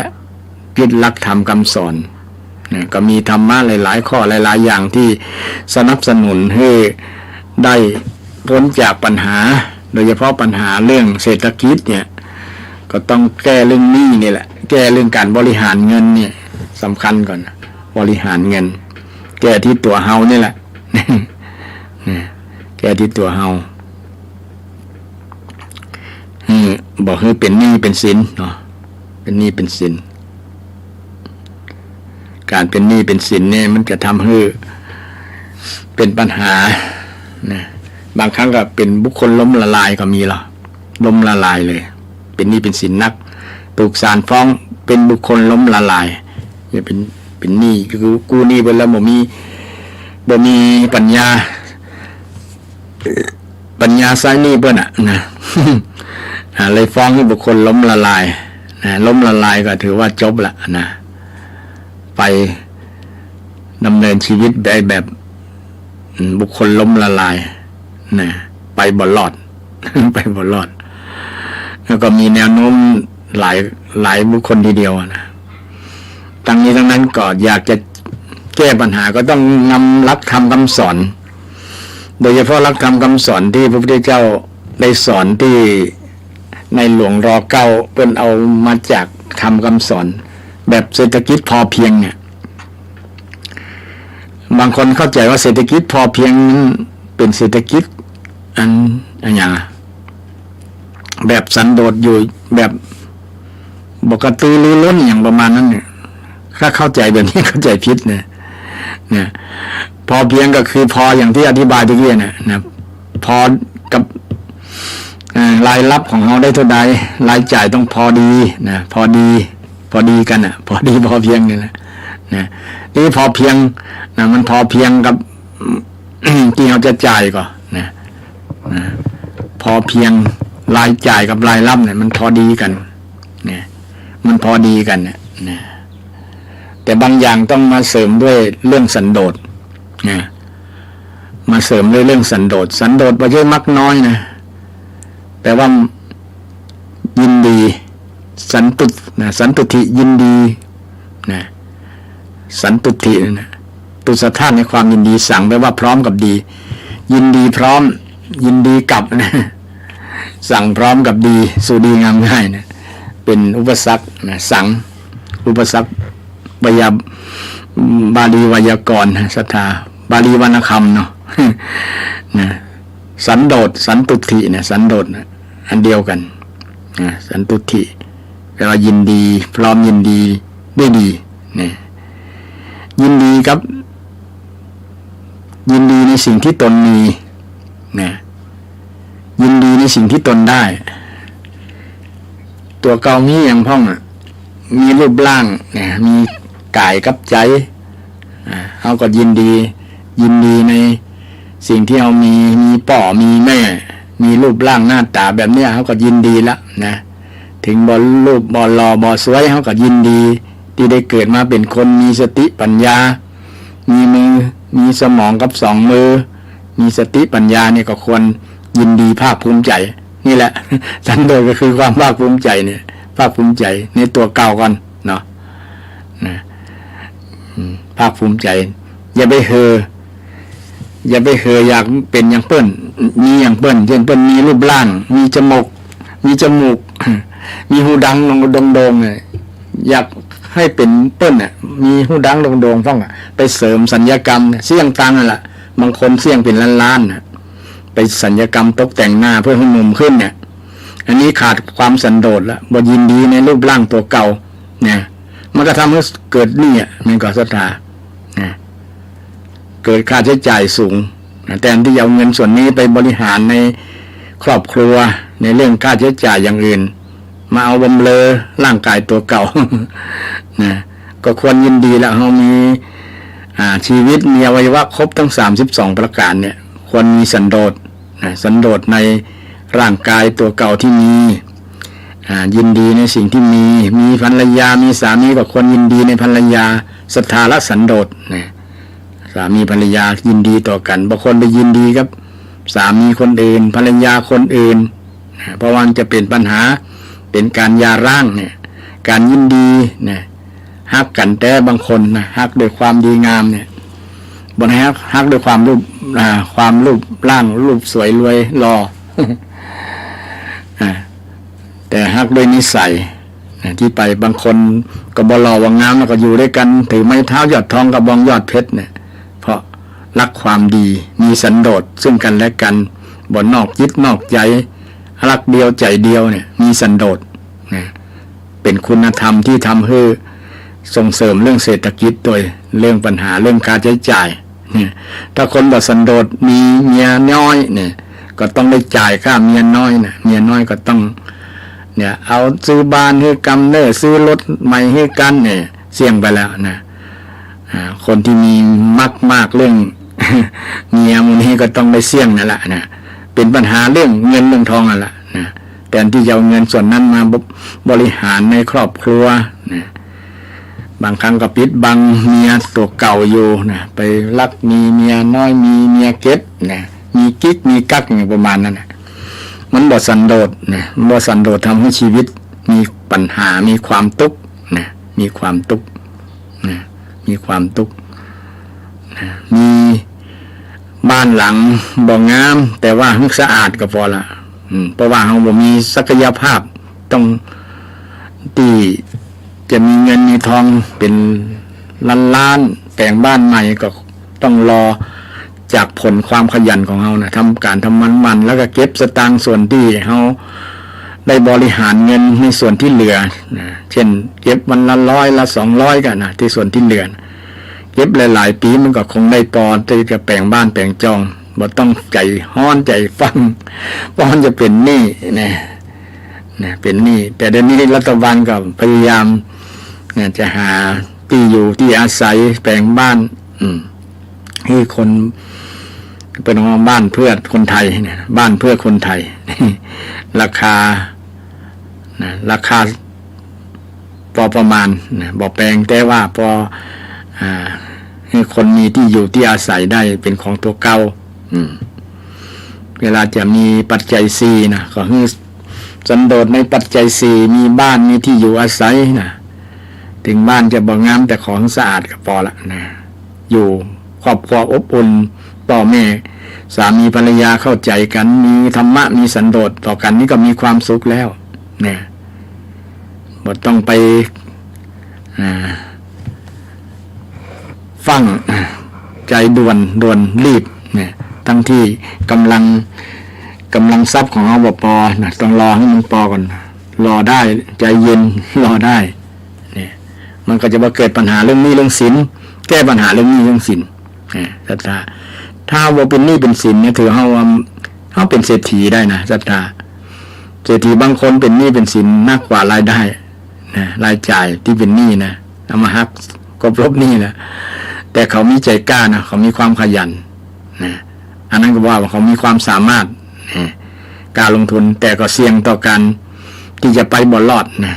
ที่จะไปบ่รอดแต่เขาหู้กำลังนะหู้กำลังเขาว่าเขาทำได้อันนั้นก็ยกกรณีพิเศษ ยกกรณีพิเศษแต่มันก็ยังว่านะคนเรามันความ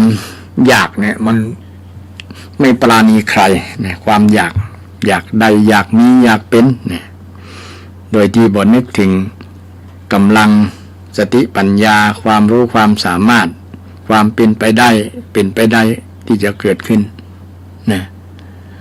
ไปมาเวลาก็หมดนะศรัทธายังบ่จบตัวนะพุทธนาจะมาต่อใหม่เนาะวันนี้ก็ขอนำรายการจากท่านผู้ฟังไปก่อนเจริญพร